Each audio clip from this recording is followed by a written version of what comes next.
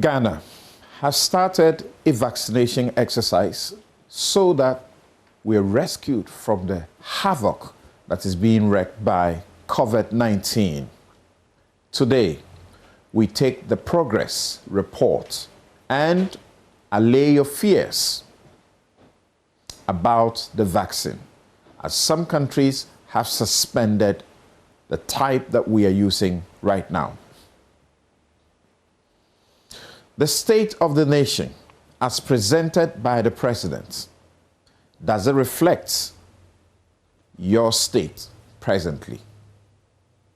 Did you vote for Agyapa to be back in Parliament? The budget taking us to recovery. You find too many taxes, including, quote unquote, the baller tax, that don't suggest you are on the path of recovery. We'll be right back to deal with the vex matters.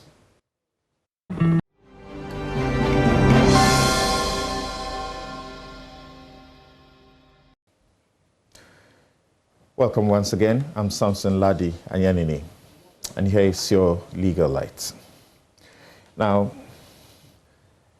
this week, the media space has been dominated by news of women who have suffered unthinkable abuse, including one that has led to death, alleged murder.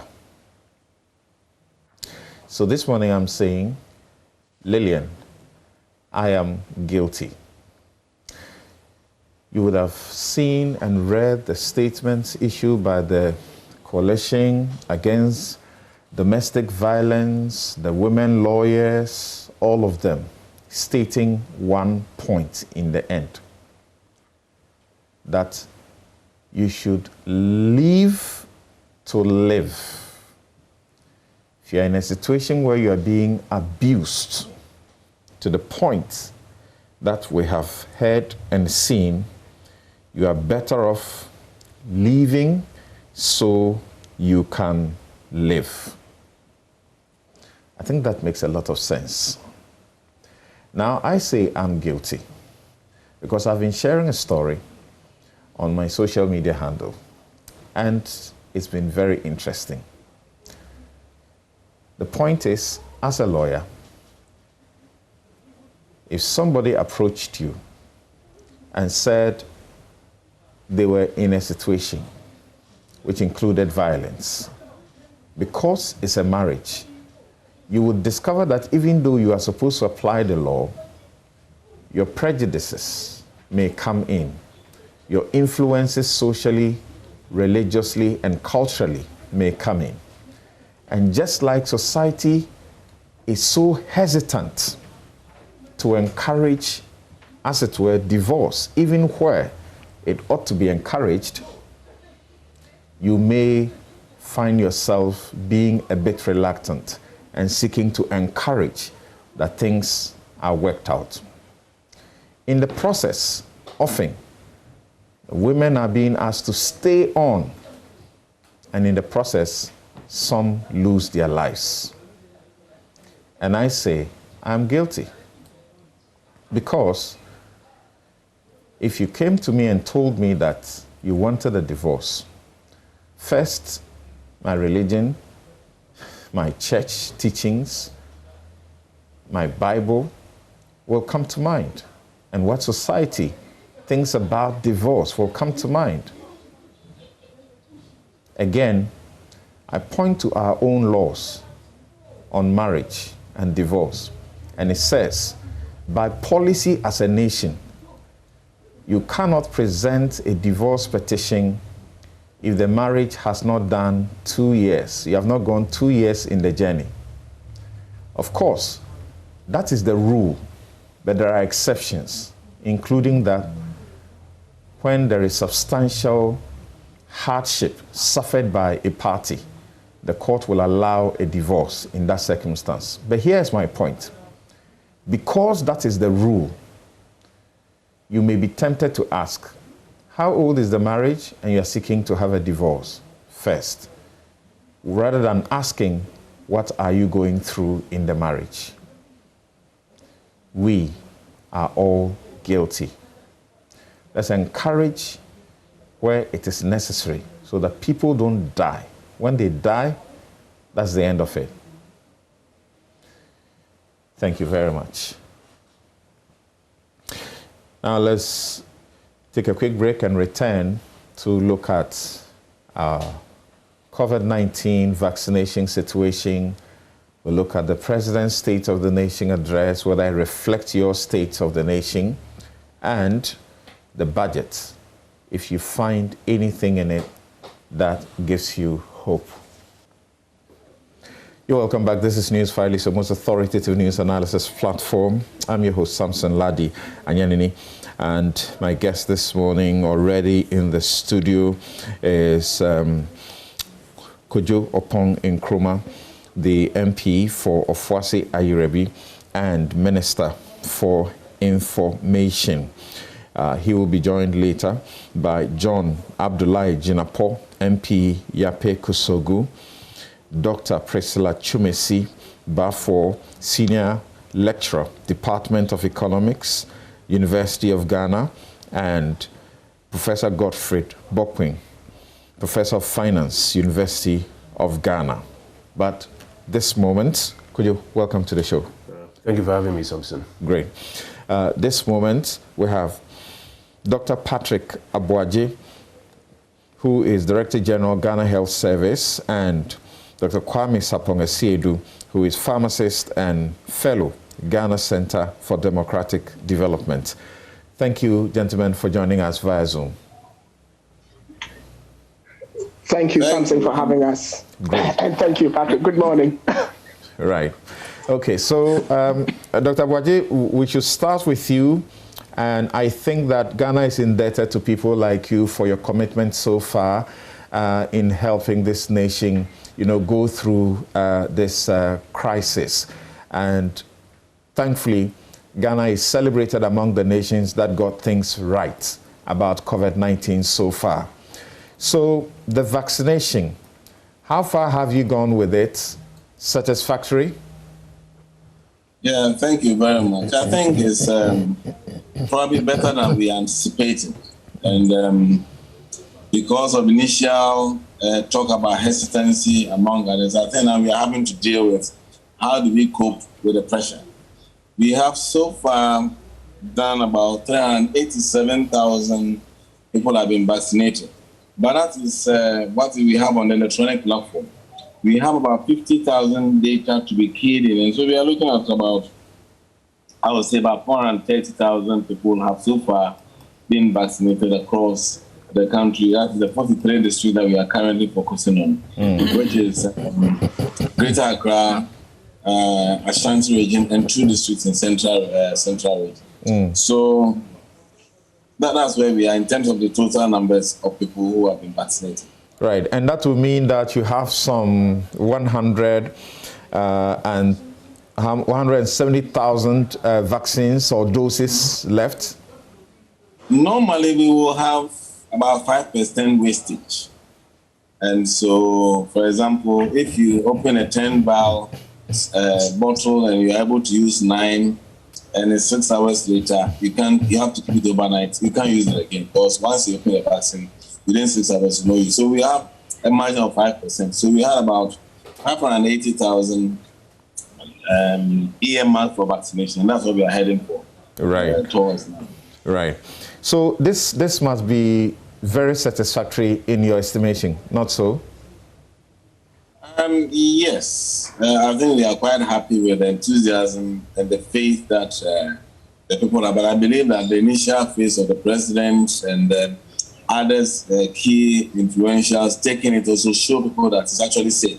Of course, apart from looking globally that the whole world is getting vaccinated and you are not seeing any severe adverse effects. I think that is all part of that. And of course, the work of the information and our risk communication team that encourage people about the safety and all the information that they need. I think that has greatly helped.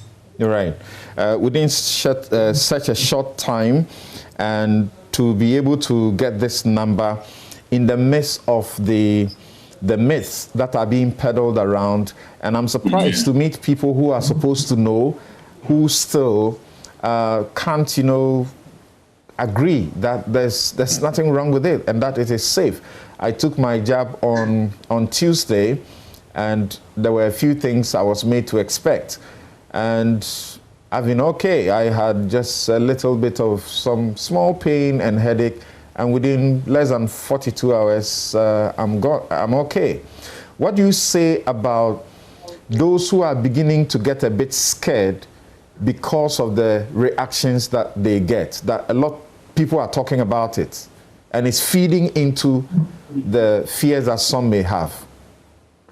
Well, thank you very much. The last time we checked, we've had recorded about 707 adverse events, and these are all minor, expected minor events: headaches, fever, body aches, of course, pain at the site of injection. And for vaccination, what you are putting something in your body so that the body responds, and in anticipation of when the real virus coming, that response should elicit some mild effects. Some of them are so mild they don't feel it. Others may feel it. And so we are actually part of our communication, and even at the time of vaccination, some of this information is given. And Ghana is known to be giving one of the best when it comes to vaccination. About 94% of all our children are vaccinated at least the first 1 year. And they have fever, we are giving paracetamol to take, and mothers and fathers are very happy to send their kids to. So I was of the belief that once we start, people will come back. And there were very few people who had actually flooded the social media with a lot of information, as if the whole country is awash with that information. So I think it's been proven wrong. But see, looking at the domino effect, if we have in the house and 8 people are vaccinated, I think the 2 of you will think twice and say, what are we doing here? So I believe that with time, all that hesitancy will be removed, and we will continue providing education and providing information. If you have any reaction, you have what you call adverse events from immunization, you will need to sort of fill a form, report to the nearest chemical, pharmacy shop, the hospital, and report. And we keep track of all this and see how we can also provide better information for people, respond better, and things like that. Yes. I will ask you shortly about the next batch of vaccines that the president hinted must have arrived already, and how you intend to now roll out for the general populace. But there are people who have expressed concerns that those who were targeted, there are some who have sought to take advantage when they are not qualified. Well, thank you very much. I've seen and I've also heard about that. The segmentation was largely to focus on what we say vulnerable people, people who are at higher risk of getting the virus, and those who might not do very well when they get it, and also keeping the system running. And so we had the state apparatus like the judiciary, executive, etc., and the Parliament. We had the media, because an important state that we need to cover to ensure that we don't bring here. A few from the banks need to be electricity. So have essential service that runs around. And so you may see somebody who may look 25 or 26, but he's probably working at the control room at the airport. And so such people, we cannot afford to take them out. We cannot have the whole of the civil aviation control tower closed. And so they are all part of the group. And that may be, unfortunately, during the allocation, you may get a few misclassification. If you have a media person who is hypertensive and over 60, where do you place them? Maybe in media, maybe put in the general public, maybe, and so you tend to have that. But as you can see, the top 3 are by the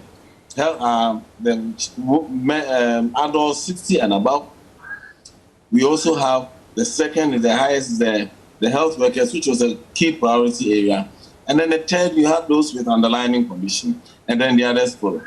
And so when you have the general public, there's a lot of misclassification as to where they really belong. And so we are looking into the form to see whether we can further reclassify them. You see the security, etc., all gone. the media were supposed to get about 800, they are getting about 2,000 something. And I can tell you that a lot of the media people, when we say media, we didn't say media people who have a comorbidity. But you can have a media person who has a comorbidity, who qualifies in another group, and someone may classify them as media. And that's what's creating that thing. But by and large, the main class of the people, like the adults over 60, which is the top priority, are the people who have actually benefited in health workers. All right. The next stage, I'm sure you asked about that. From next week, we are starting the vaccination of all health workers across the country. Not just in Accra, Kumasi, and Central, but all health workers. And then we are going to start from next week. We collected all their data, and all the regions will be given vaccines by next week to start vaccinating all health workers. And then that will be before we move into the stage 2, where we get to that people, so that the health workers will also be confident, because they are actually they are the ones who are more frontal with anybody who is going to hospital. So we need to protect them. All right.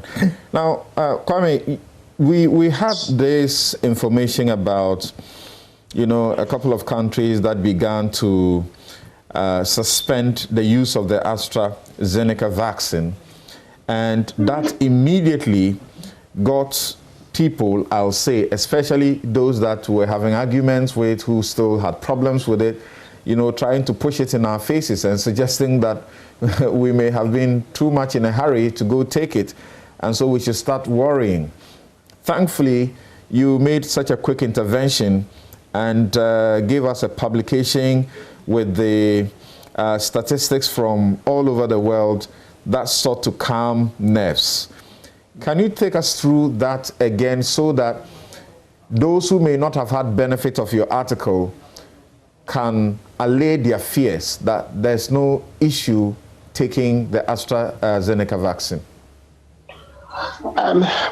Thank you, Samson, and good morning to all listeners. Yes, I can. You see, you need to understand the background to vaccine development to understand what's going on.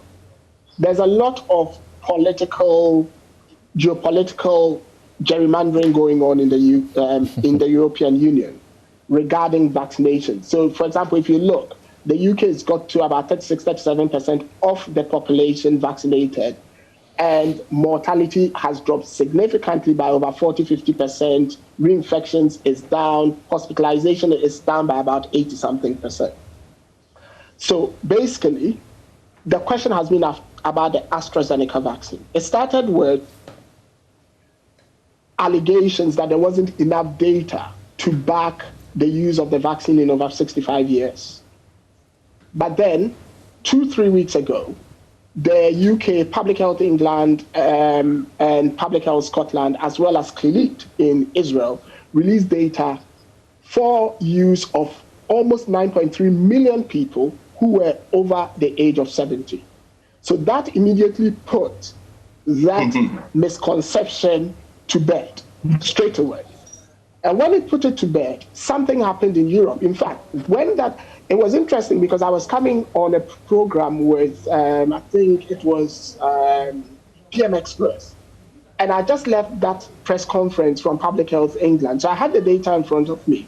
And I did say on the program that I knew something was going to happen in Europe.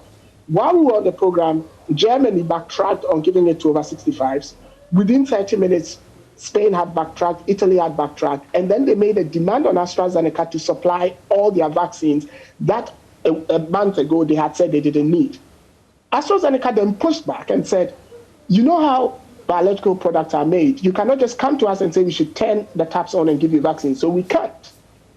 Then they started invoking the withdrawal agreement conventions, trying to put the UK under pressure. And Boris Johnson said, I'm not interested. I'm not going to get involved. So then they went to Serum Institute of India, trying to get Serum Institute to give them stock. So Serum Institute then issued a statement saying, we can't supply European Union, but it's not going to affect the COVAX or any of the other supplies we have to give. But when they issued that statement, Serum Institute realized that no, they couldn't, because already they've committed to 50% of all their doses going to India. You must factor in that India is about 1.3 billion people. And India, because they are getting the production, thanks to the bilateral agreement between Oxford and Serum Institute, are saying that some supplies have to come to our country first because we also have to hit herd immunity. Then suddenly, there was an incident in Denmark when on Wednesday, someone had the vaccine and then had a blood clot and had a pulmonary embolism and unfortunately passed away.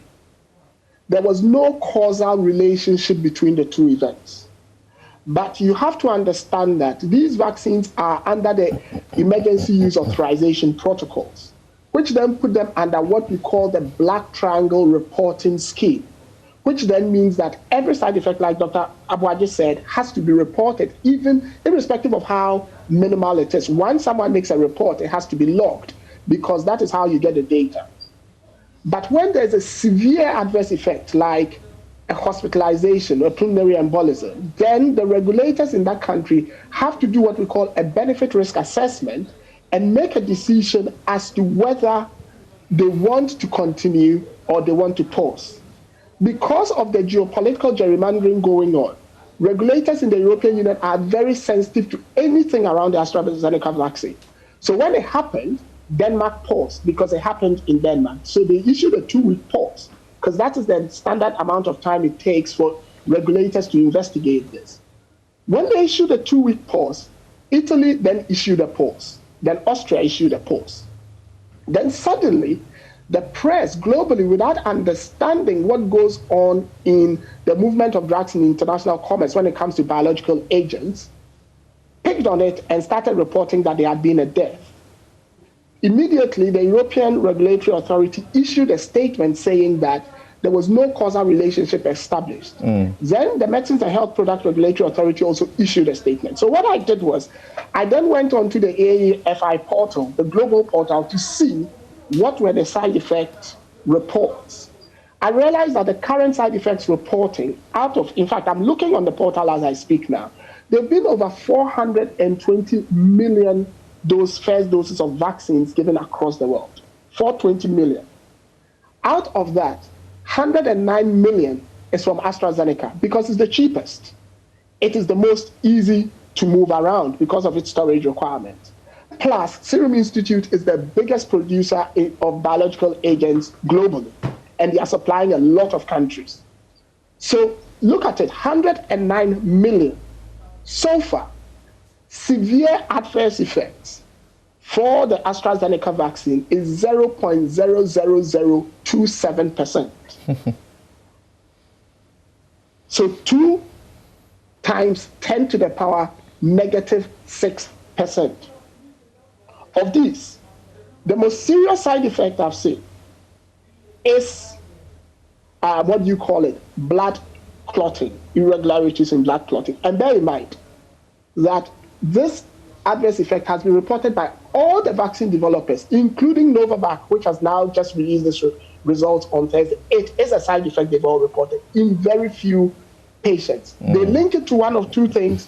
Once you inject the muscle, you are going to cause clotting irregularities because you've breached a tissue. For some people who have this irregularity, in very few people, you can trigger what's called a thrombolytic event. But it's in very, very small percentage of people. And there has been no causal relationship that it is the vaccine that is triggering it. It's rather the procedure of breaching the tissue that is triggering it. So that is a distinction we have to make. Okay. It is not a biological product. It is the process that we're going through to elicit and release the biological product that is doing it. All right. So now that when I looked at it and I saw all the noise going on, and I was getting tagged left, right, and center, I said, I'm not going to have the time to respond to all those tags. I am just going to write one article explaining everything in 10 steps, right, so that it can kill the mischief. And that was why I did what I did. And the World Health Organization has been very helpful in also issuing a statement, being very categorical in joining the statement by the EU that there is no linkage whatsoever as to the blood clots and the use of AstraZeneca, and therefore the countries that are using should go ahead and continue to use them. So that should end it. And anybody who had any fears should be assured. Yes, I mean, Samson, that should end it. But the reality is, like I said at the end of that post I wrote, if the thing was strictly about the science, this should be the end of the story. Okay. The truth is that when it comes to anti-vaxxers, it's not about the science, but the pseudoscience. And in the pseudoscience, communication matters more than the science itself. So they wouldn't differentiate between what actually, they wouldn't differentiate between one, the fact that the blood clotting has no relationship, why it's causing it, and the fact that it should end it. They would still feed on it. So we still need to be communicating constantly to our people to understand, because these are areas with very, very technical nuances. Okay. And if people do not understand and they read half-truths, the chance of them believing it is much easier. So much as I would have wished that would have ended, the reality is it wouldn't, and we'll still have to battle these things on the streets. All right. Now, Dr. Kuwawaji, there's a message and a question. Kweku Nchubwe says that he visited 3 vaccination centers and he was told that they had run out of the doses. One of the centers was the Ghana Health Service headquarters itself. When will there be availability of vaccines? Well, thank you. I don't think it's about vaccines. It's about removing certain outreach points. We started with a surge and trying to look at a lot of points across the normal area. After a week, we withdrew them back to the regular health centers where they were. So places like the headquarters, the EPI was all to mop up some of the staff around Kolebu to reduce all the movement around. But those ones have been after the initial phase, so they are not. So if you go to the nearest health center near you, where vaccination is regularly being given, you'll be given. So we did not run out of vaccines, as I told you. We still have vaccines, and we still even have some to give to the additional health workers that we're going to start from this week. Okay, so the question I had asked you earlier, can you respond to that now? The next batch, when is it in? But the president actually suggested it's already, some already in. Yes, we have some in already. We are expecting about, the total dose that is going to come from the COVAX facility, about 12 million shots, I would say. Which is about 6.4 million doses. That's the number of about 20% of those we need to get to. We know that from March, early April, we're expecting 2 million doses, which will come between now and May. But we are hoping that by end March, etc., it will start coming in and will continue. The government is also pursuing other bilateral arrangements beyond COVAX to bring in, but a lot of it have come in and we are expecting some more. So the objective is to continue vaccinating until October. And so you don't have a stop. What's the quantum of what has come in addition to the first batch, and what are the types? Same AstraZeneca? Well, so far what we have is more of the AstraZeneca. We are working with Sputnik to get some Sputnik into the country. We have a lot of it in. We are expecting more in a week or so. And so by the time we run this thing phase out, the next phase will have been. So the objective is to ensure that we're having an inflow that we can continue slowly in vaccinating until, as the president said, by June, if we can do the 22 million. And if by October, we have vaccine for children under 18 and pregnant women, they will head for the 30 million that we got. But of course, there are challenges, as Kwame said, with global shortage of vaccination. And so that's why we are using multiple approaches and ensuring that we are able to bring in vaccines to cover as many people as possible. Right. So maybe your very final words, what would you say to everybody as people get ready? There are some who are anxious, they can't wait for their turn. Well, I mean, we just want to assure them that we are having the 4 groupings that have set up to do. We are in the first group, and everybody's turn will come. And I know that there's a lot of effort trying to bring in, led by the President and Minister of Health, to bring in vaccines to vaccinate everybody within the time frame that had been set. So everybody must keep calm. But in the same meantime, let's still keep the protocols. I'm sure, like you are doing, you have your first shot, but still wearing your mask. We want everything to continue until the world says, I think now we can take it off. All right. Thank you very much. Yeah, very finally, we heard that some people were reporting that the cards had run out, the vaccination cards. Is that sorted out? I think it may just be an operational issue that some group may have picked less than they should have carried in addition to, but we have made more cards than the vaccines available. Okay. So if it happens, it's only a matter of time to replace. I think there are a few centers where they may have picked less than what they should have carried, or they got more people than they anticipated, and so we haven't run out of cards, and we are printing actually more. Right. And we're going to make sure that's secure, so that especially when you get your second dose, there will be a hologram that will show that you're fully vaccinated. Right. But it's interesting, the data you're collecting in this process, do you have any plan how to use that data? Well, yes. As part of our national database, we are currently piloting an application that will allow us to do scheduling, appointment, and scheduling for our next visit. And we are hoping that by the end of the week, that will be ready. We can go back and enter data that's already taken. We are going to try that with the help of this. And I'm sure by that we'll be able to look at it. So the data is there, is part of mixed to our, is linked to our, is using the e-tracker, linked to our DMIS. And that's why it takes a long time to complete. We would have done more vaccination than we do, but we are taking a lot of information. But we expect that globally, very soon there'll be some data require your batch number to certify that you are really vaccinated. So we are taking all that step to ensure that. But we'll move into that. That will also generate some COVID passport for you so that we can have some good data to back up and also share globally so that if Kwame, I'm sure when Kwame is coming and gets immigration and the Port Health hits their database, they will know whether Kwame is vaccinated or not. They didn't find which batch he took.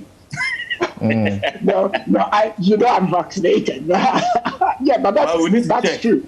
Yeah, that's true. That's very important. Yeah, that's very, very important because that's where the world is going to go to. Kwame, for those who are taking the jab and vomiting, I've had one or two of that. And I have a colleague who had that experience. What is that? You see, Samson, thanks. I am glad that this has come up because there's a lot of disinformation and misinformation going on as to side effects. So I'd want to take my time and explain this. We need to look at what is happening with these vaccinations. The first thing is that ideally for most vaccinations in adults, they would want to do a pre-test to see whether the person has existing antibodies before they vaccinate. Because if you have antibodies, then the question is, should you have a booster dose or should you not be vaccinated at all? But this is a global pandemic. So health systems cannot just do that. It is not a cost-effective or a smart approach to open up the global economy. So what's happening is that they're saying that if you know that you've had COVID or you've tested positive, you can leave it up to about 12 weeks before you have your first shot of vaccine. The reason is simple. Once you've had the infection, you have pre-exposed antibodies. The length of the antibodies, how long they last, and your immunity training is still uncertain. We don't know. But because you have those antibodies in you, if you then had the vaccine, your immune system would recognize the vaccine as a foreigner. Whereas the vaccine ideally should go in to help your immune system train so that it can get antibodies and identify. This time it will identify the vaccine as the foreigner. So your immune system would give out a response, an immune response, which could include anything like nausea, vomiting, feverishness, headache, slight rise in temperature. It is a good thing. That is even the first indication of telling you that that immune system works. Your army can identify your enemy and attack them. But what it means is that you would have some discomfort. However, if you get the vaccine for the first time, you would not have that much discomfort, because if you've not had COVID before, then this is your first exposure, so your immune system is training. So you might even, the things you would feel might be so insignificant that you'd not even realize, apart from the pain at the site of infection and maybe a slight temperature. So because in Ghana, we don't know ideally what our seroprevalence is, there are some who go and take the vaccine who may have been exposed. They might have been mildly symptomatic, they didn't test, and they might have a more enhanced adverse effect, what we call an untoward effect. All right. Those ones should not panic, because the truth of the matter is they are even at the advantage, albeit ideally if they tested it would be better. Now I'll explain the advantage. Everyone is having 2 shots. The first shot to train you and your immune system, and then the booster, which normally will give you this sort of reaction. Technically, they are having a booster and an augmentation. So their immune extended immunity is much longer than the general population. Unfortunately, they would have this short-term discomfort. I would have wished I was in that category, to be honest, because I would trust myself to be safer. But unfortunately, I took other routes by being a guinea pig and other things, so just another story. But I would have wished, and if you speak to anyone who works in public health, if it hadn't been for the case mortality rate that is high and the risk of overrunning health systems, most countries would have gone through that wild exposure to herd immunity. But the reality was trying that was going to lead to a lot of mortality, and that was why it wasn't tried. But that is one of the routes that, had it been the common cold or something, people would have, in fact, it was discussed. It was part of the UK, for example's rollout policy, and they then left it based on the mortalities that were coming. So all these things are things that have to be talked to and must explain why all these people are getting all these adverse effects and the nausea and the temperature and all that. It is not because the vaccine is bad or is going to kill them. It's more because their immune system is responding adequately. Okay. Thank you, gentlemen, so very much. Dr. Kumar Boaje, perhaps if you can repeat that website that you said people can report complications or side effects. What is it again? I don't have it immediately here, but it's, I'm giving it to Kojo. Kojo will give it to you. All right. Thank you so very much. Okay. Dr. Patrick Kumar Boaje is Director General, Ghana Health Service. And Dr. Kwame Sapong Siedu is Pharmacist and Fellow, Ghana Center for Democratic Development. Thank you all so very much. We will take a quick break, return to look at matters of the State of the Nation address and the budget statement. But before that, Kojo Opon has the onerous task of leading communication publicly, nationally, to assist people in this direction. Is there anything you would like to say, having listened to the two? No, I think for me, it's commendation to, first of all, our colleagues at the Ghana Health Service. In spite of the odds, a year on, they have kept the ship steady. The task force and all the advisors, Dr. Samuaba, etc., and to you, our colleagues in the media, who've also helped us to deal with a bit of this misinformation and disinformation. I mean, it was interesting making notes from Sapong's submissions. And I think that so far all stakeholders have done a yeoman's job. What we need to do is to ensure that the delivery of the doses is on time, the appointment system begins to work so that people can easily get vaccinated without a rush and without any complication. And once we're able to do that, we'll be in a position to open up the entire Ghanaian economy to full throttle and get our country back on track. Right. And I hear people who are sending comments, including professionals in the health service sector, suggesting that there will be the need to do a lot more of the sensitization, education, particularly when it is being open to everybody else. We'll take that as feedback. Currently, our sensitization and communication effort, which we are doing together with the NCC, Information Services Department, and Ghana Education Service, because they have an elaborate structure across the country, is concentrated in the 43 districts where the current vaccination is ongoing. And our expectation is that as we open up to the rest of the country, we will ramp up a bit more, but we take it as feedback. I know that the president, when he was delivering his State of the Nation, actually encouraged the MPs that you also have a responsibility. They should go back to their constituencies and encourage the constituents to participate because they have received theirs. They shouldn't enjoy the protection alone. We will take a break here. We'll be right back. You're welcome back. This is NewsFile, it's the most authoritative news analysis platform. And here on NewsFile, as always, we put Ghana first. So we are streaming the web address that you can contact if you have any complications and you feel that you have to make contact with the authorities. It is adr.fdaghana.gov.gh/patient. I'm sure if you did that, you get it. But the full thing is on your screens shortly so that you can take note of it accordingly. All right. It is adr.fdaghana.gov.gh/patient. When you do that, you should get the help you require. Thank you very much. John Jinapor, thank you for joining us. Thank you. Okay, so I suppose that we have Professor Godfrey Bokpin,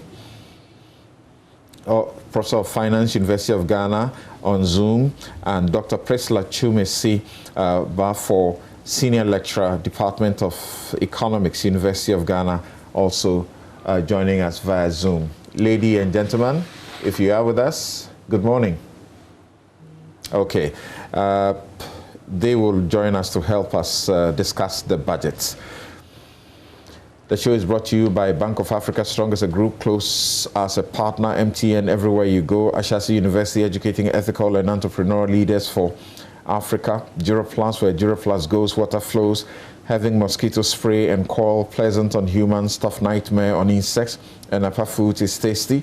DBS Industries and Robert & Sons Limited Optical Services, your comprehensive eye care services provider.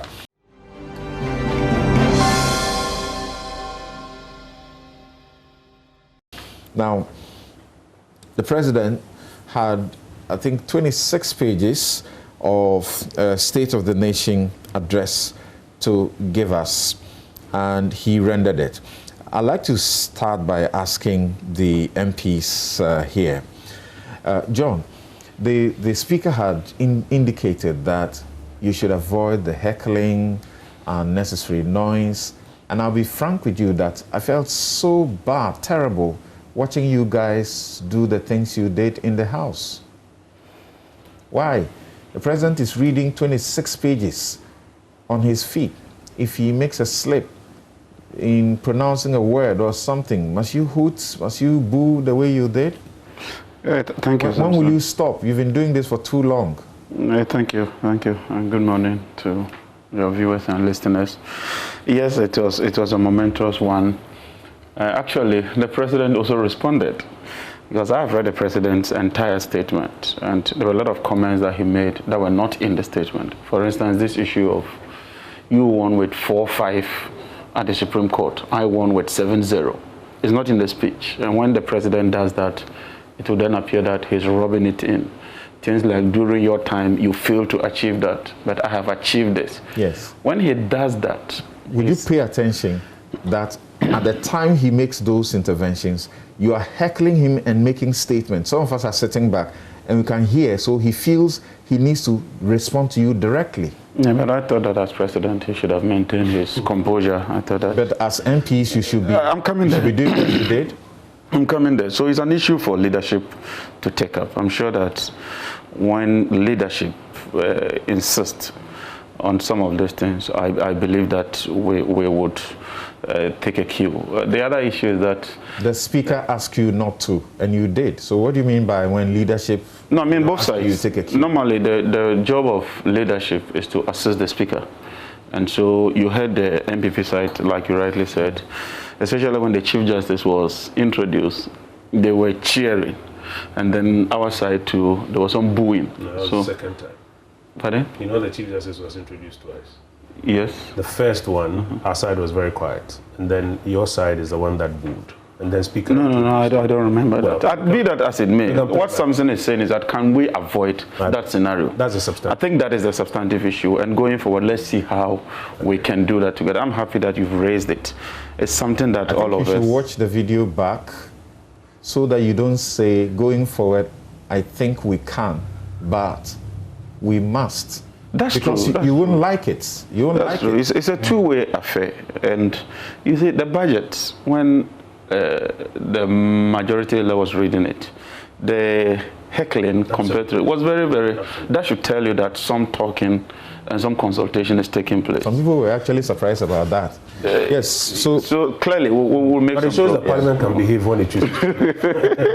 Yes, but I don't know. Could you, if you have time and you want to listen to it back, watch it again? No, it wasn't. I mean, sorry to interrupt. Yeah. It wasn't a nice spectacle, particularly to have the judiciary in the chamber being hooted at by the legislature. I think perhaps people did not recognize the symbolism of even that particular incident. When the judiciary, the Supreme Court justices were there and were being hooted at, I won't even say by just one side. I mean, even if it's one side, it's Parliament that did it.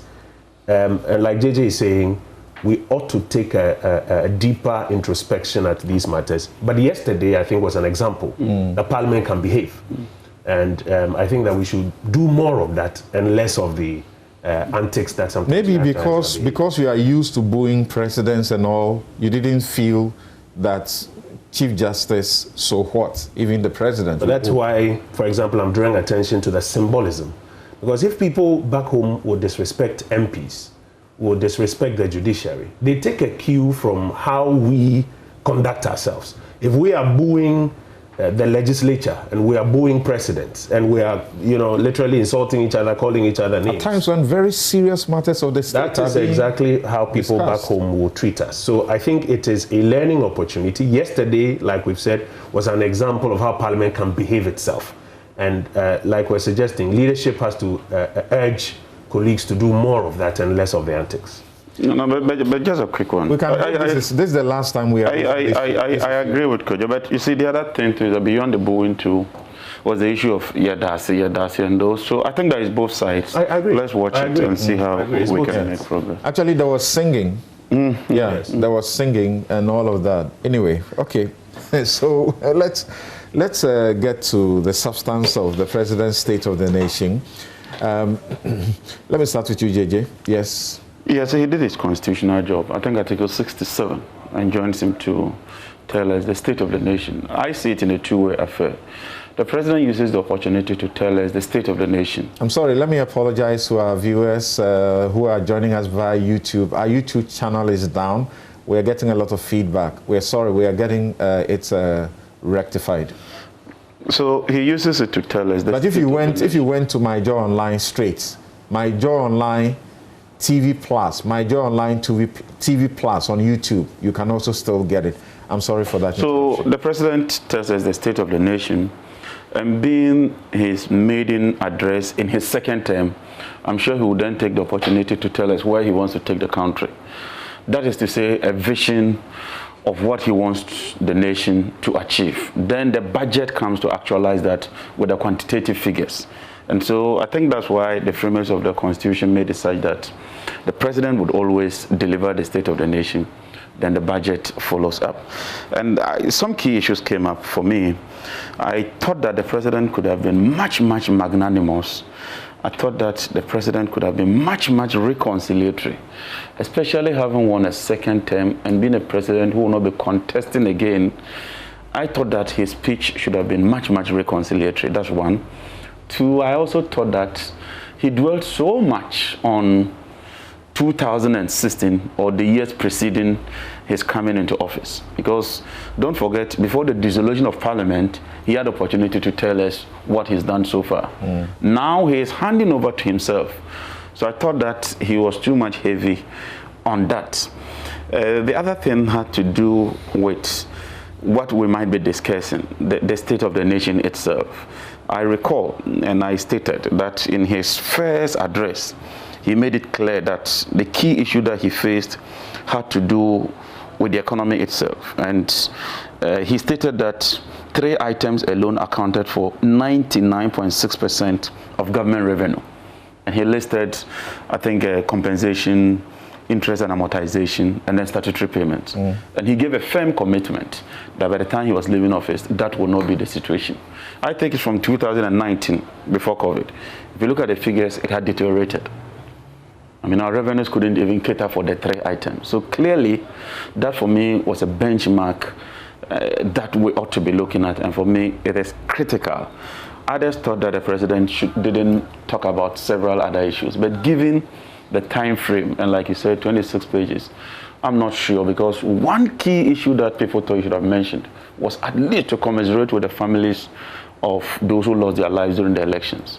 Don't forget that some of our supporters are very, very upset with us, even when it came to that issue. So I thought that as father of the nation, he had a unique opportunity, irrespective of what transpired, at least to just express some sympathies to the bereaved families, and then begin the healing process. Because this election has been very, very rancorous, it's been very, very antagonistic. And so I thought that being the president, he would have at least set in motion the process for us to begin to reconcile and to forge ahead. Because whether we like it or not, we still have to work together to build this nation. These are my initial But he stressed the fact that you needed to work together, particularly in Parliament.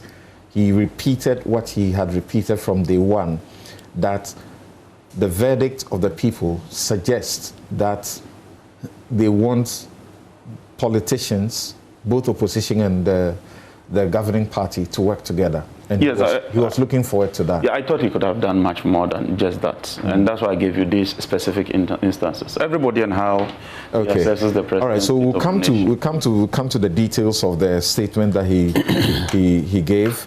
But could you? Yeah. He's talking about things that the president ought to, that he didn't. What do you say? I mean, the state of the nation, or the message on the state of the nation, that's how the Constitution puts it, is a constitutional imperative, Article 67. President Akufo-Addo, if I counted right, gave an update on about 30 subsectors of the Ghanaian state, and where we are, as at the time he was handing over at the end of 2020, and what he seeks to achieve in these sectors broadly. There's a speech in which you will not necessarily go through all the detail, but you give the broad strokes. If you look at our constitutional history since 1993, it is always debated with contrary views. You find the opposition saying he should have spoken about this, he should have spoken about that, and you find the majority, vociferously defending that within the constraints of time, these were the things that he could speak about. So nothing new there. The State of the Nation address. Nothing new, but could he have missed? I'll come to those ones. I'll come to those ones. Speaks about the debts. I'll come to those ones. The State of the Nation address is an opportunity also for a president to participate in the shaping of the narrative about his presidency or about where the country is. And so you'll find that he will dwell a lot on the high points and acknowledge, a good number of the challenges that he has suffered during the period. Now, JJ, for example, says that he should have been more conciliatory. But if you watch the first, I think, 5 or 6 paragraphs of the speech, and you rightly mentioned, he kept talking about working together. And that's where he paid tribute to Speaker Bagbin and his relationship with him, and the need for not just both sides of the House to work together, but the executive and the legislature to work together with the other arms of government. So in terms of being conciliatory, I think that the president hit those notes pretty well there. You're right, there was a lot of heckling. At a point he had to say, open your eyes and see all of this, in response to some of the heckles that were coming in. In 2017, you notice that he dwelt a lot on the economy and the need to turn around the Ghanaian economy, because our fiscal position, our macro position, had been badly derailed.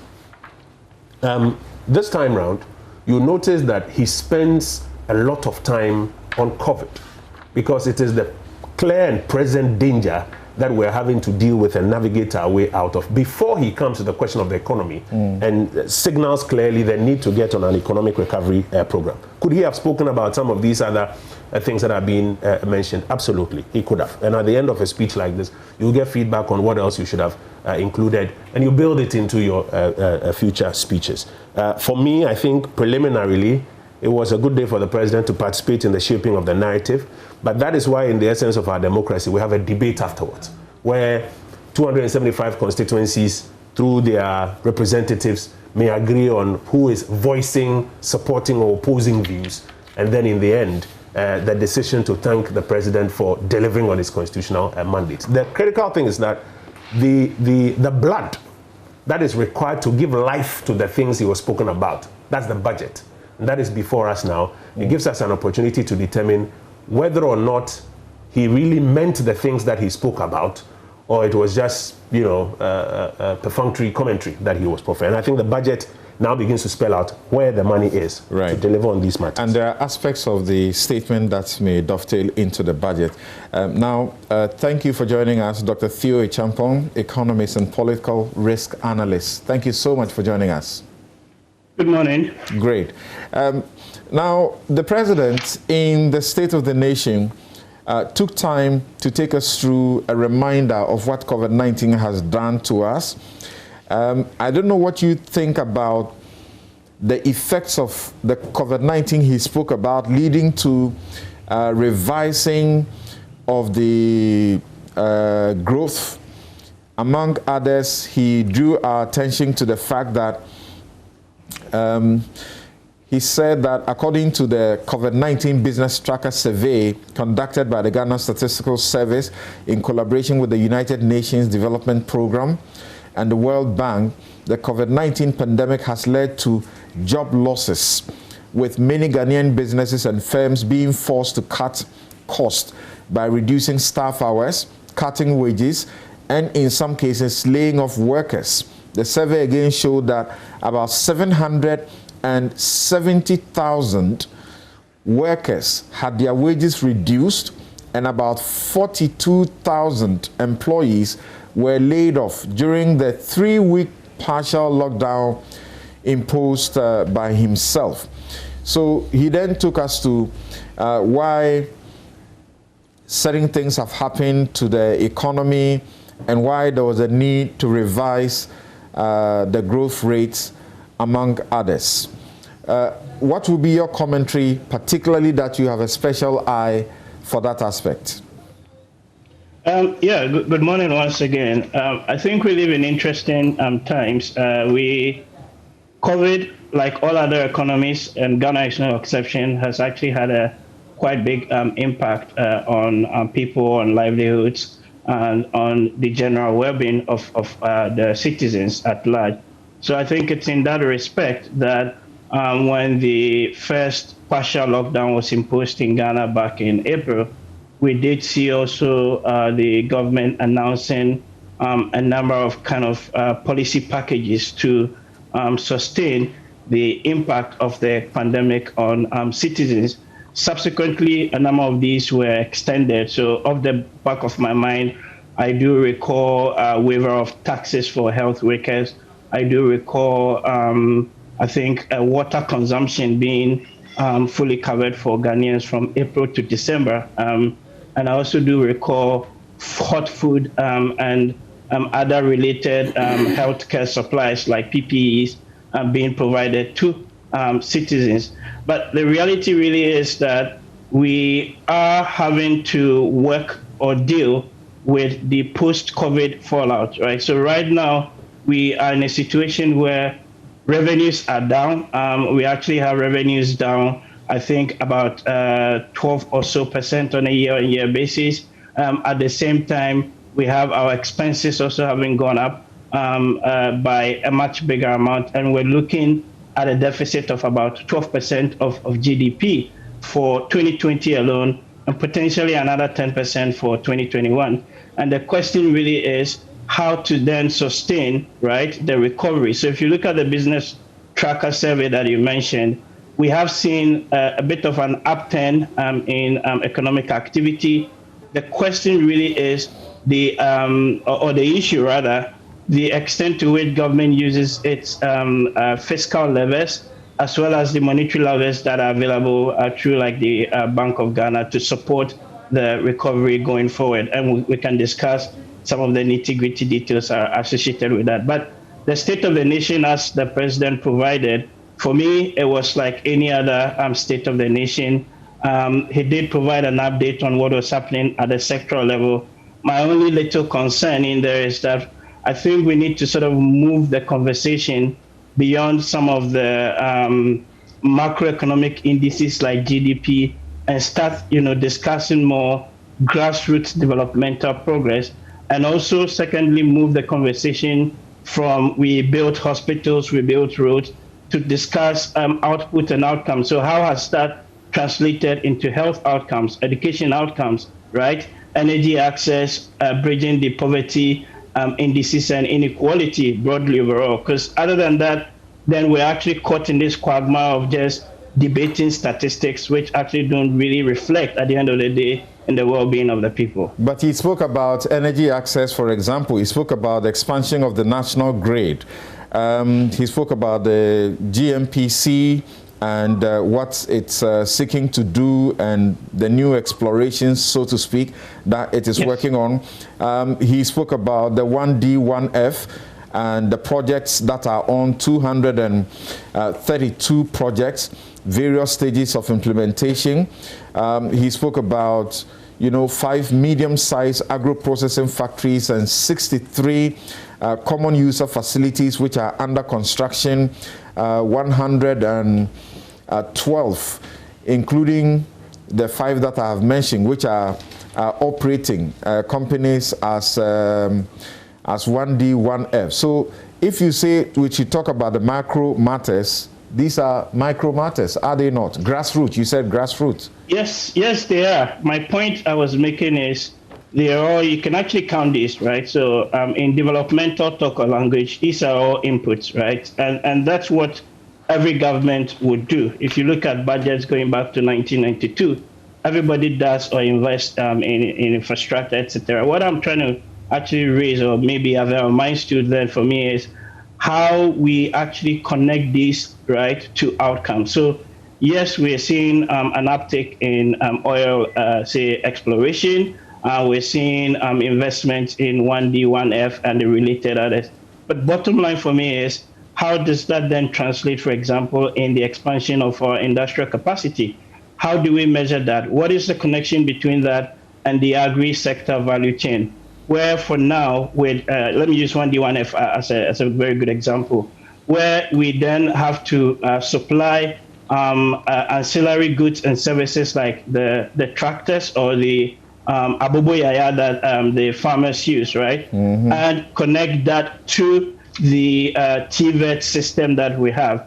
Those kind of big systems thinking that allows you to move the conversation beyond just providing the inputs and now tracking the output and the outcomes. I think that's where, for a country as a whole, we need to sort of gravitate a bit more towards. So my concern is not necessarily in terms of what has been provided. That's fine. I'm just adding an additional layer to it that we need to connect these things to measuring, outcomes and closing the policy cycle a little bit. So that, for example, maybe your final on this, so that I get my other guests to also comment on the other matters.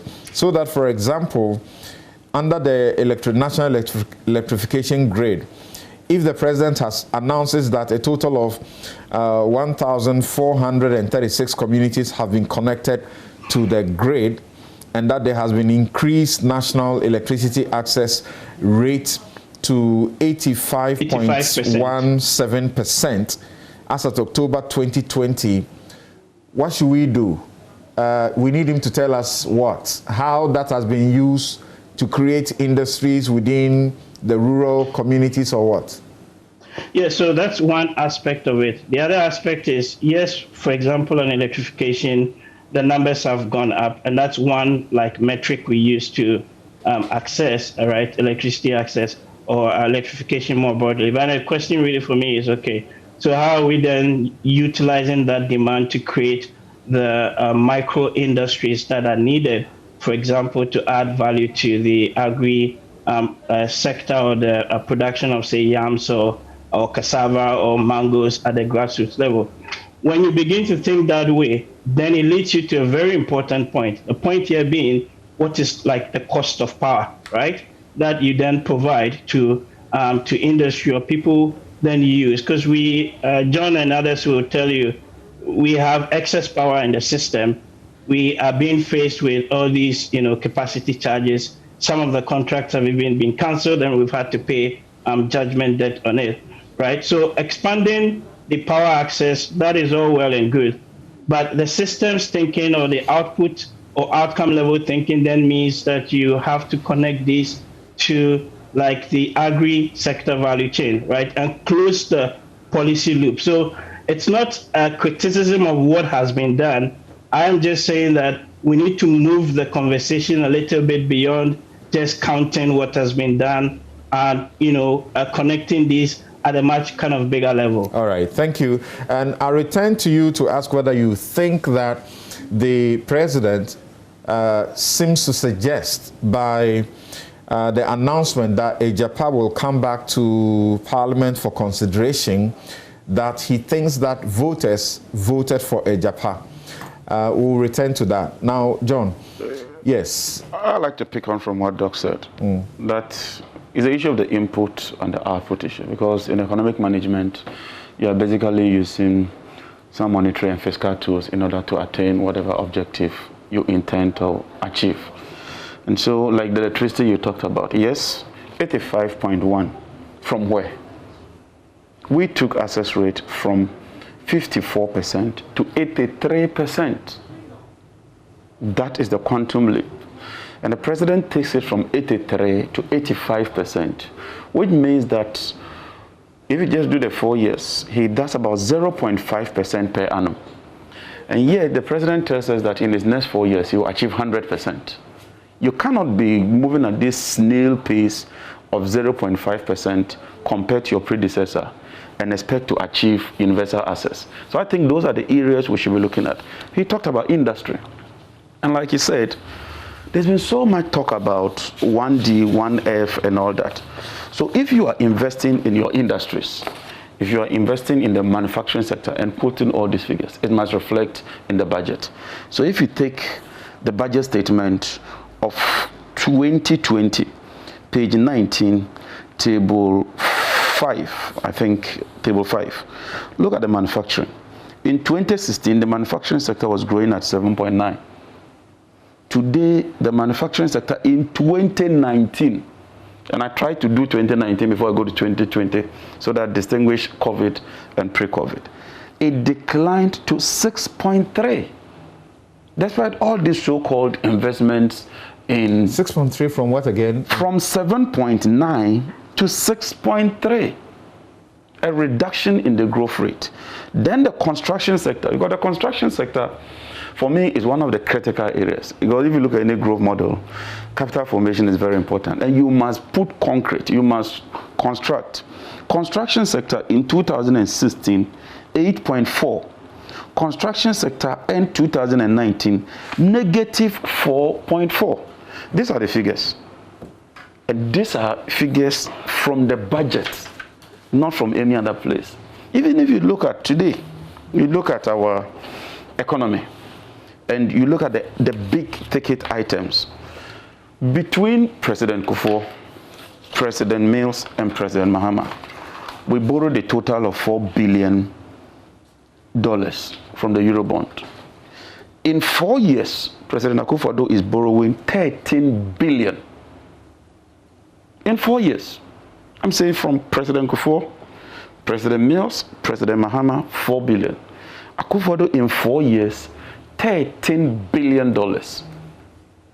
Look at petroleum revenues. Is that about a quadruple of what President Mahama got?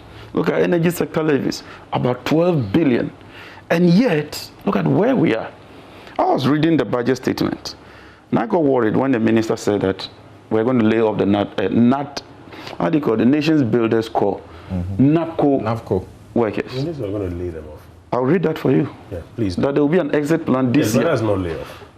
If they are exiting the program, what is it? That was expected from start. Yeah, but that is where I'm going to. Explained. You see, these are people who've had salaries before, they've lived. Yeah. So if you exit them... They were never told that they will not be exited. But they were told from day one. That is the issue for me as a policy maker. I think that's the question. Yes, like if you are exiting 90-something thousand people from the... Where are they going? Where are they going? What are the implications? I think it's critical that we look at that. Then the key issue for me is the big-ticket economy itself.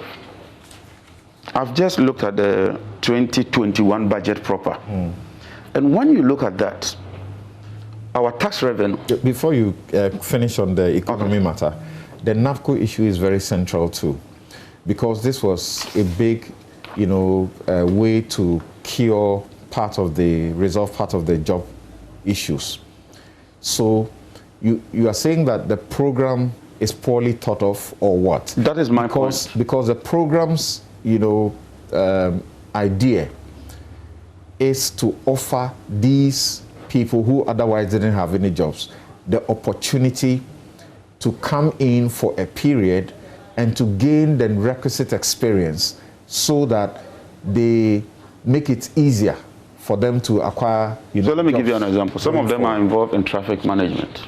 That's what they are involved in. They do, I think, 4 hours a day or so, directing traffic. And at the end of the 3 years, you tell them that you've acquired a lot of experience, traffic management experience can help you acquire a job. I don't think so. Now, if you look at the budget proper, 2020... that may not be the best example to use, right? You have them in various sectors. You have them in various sectors, yes. But you are taking one that may not give a good... So we have to take areas that is of concern to us. Assuming the person was involved in, like, agriculture, that is good. But as a policy maker, I'm concerned about the extreme ends. When people, upon exiting, all of a sudden find themselves in a difficult situation, what can we do to ameliorate that situation? Okay. Because in 2020, the budgetary provision... What do you propose? No, I think that just exiting them wouldn't work. And that's why Kojo says that we have to look at the plan. Have they acquired enough technical knowledge to be on their own? In your manifesto, or after your manifesto, you had come out to say that you were going to absolve them. Yes. You're going to make them permanent. Certainly. Okay, you didn't tell us how you are going to do that within the constraints of the government sector employment. We talked about a big push and all that, but we are not in power. The State of the Nation has been delivered, budget has been read. How can we as a nation discuss some of these issues and make some recommendations? Because from 850 million, they've reduced the budget to about 650. For which one? For Napco. So there's a 200 million gap between 2020 and 2021. That is significant.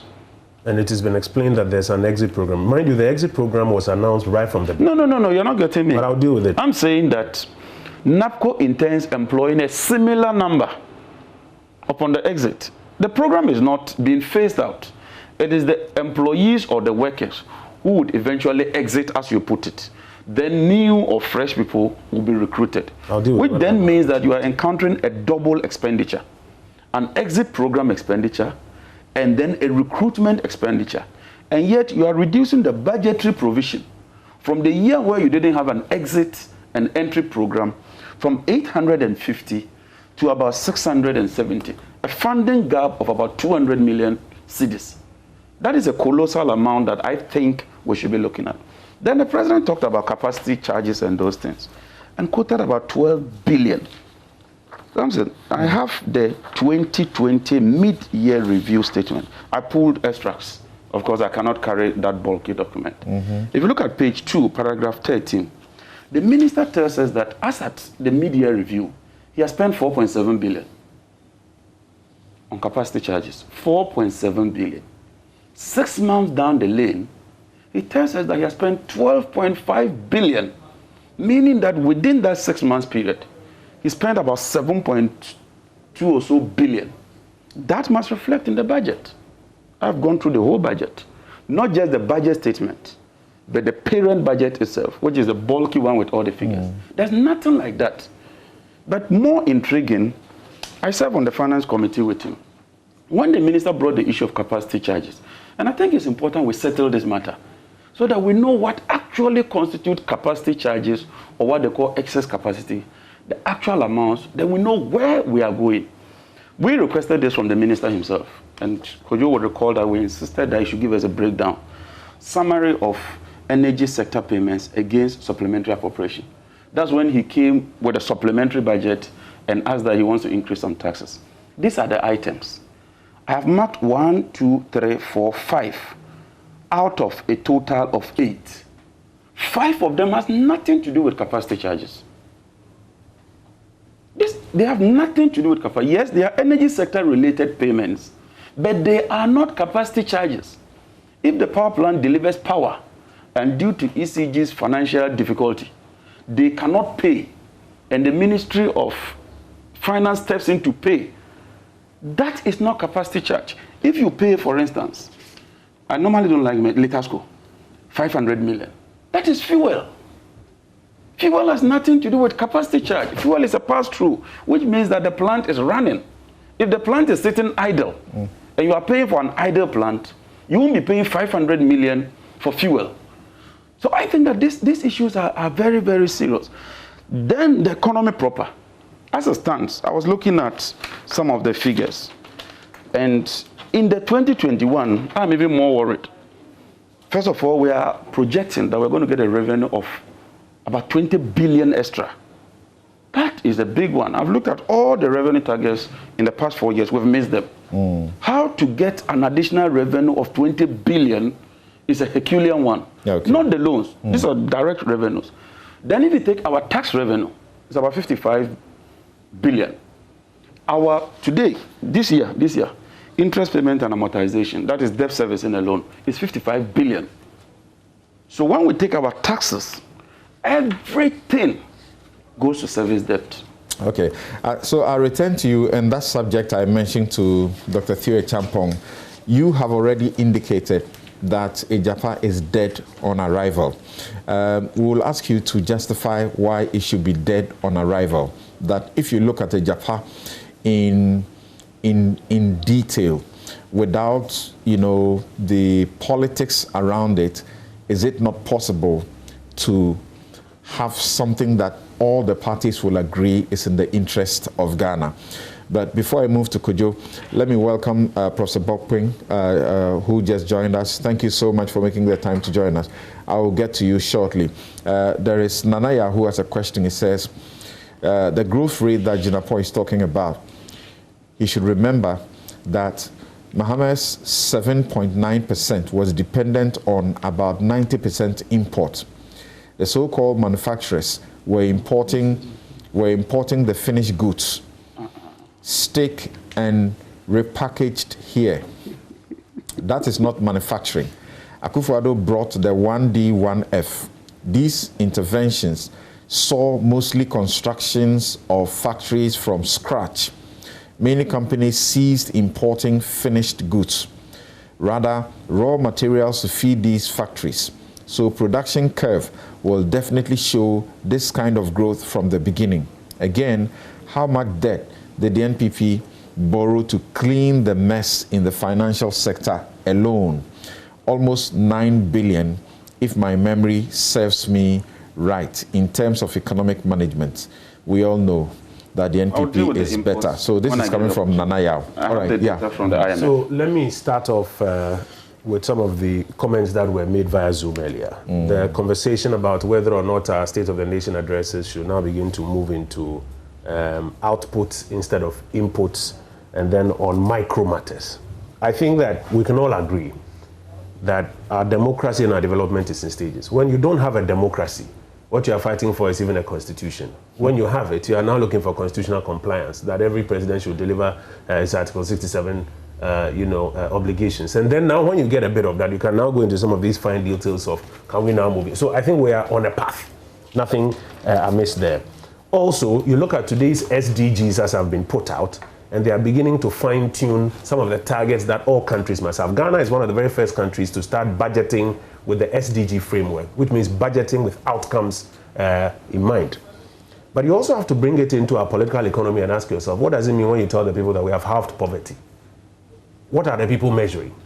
If people are measuring electricity extension and coverage to various towns and villages, if you say that you have used some of these, may I say, output matrices, does it necessarily resonate with the people? And in the State of the Nation address, you are communicating to the people. You are telling them also things that matter to their own benchmarks. So straddling between the two, we can gradually walk that path there. JJ talks about their extension of electricity by about 20%. What he doesn't mention is the funding mechanisms that President Kufuor had put in place to ensure that rural electrification could take place. He doesn't mention that one. And then, for example, you can ask whether or not we inherited a funding mechanism. Yes. But in any case, Samson, in economics, we have opportunity cost. Whatever you invest your money in, something has got to give.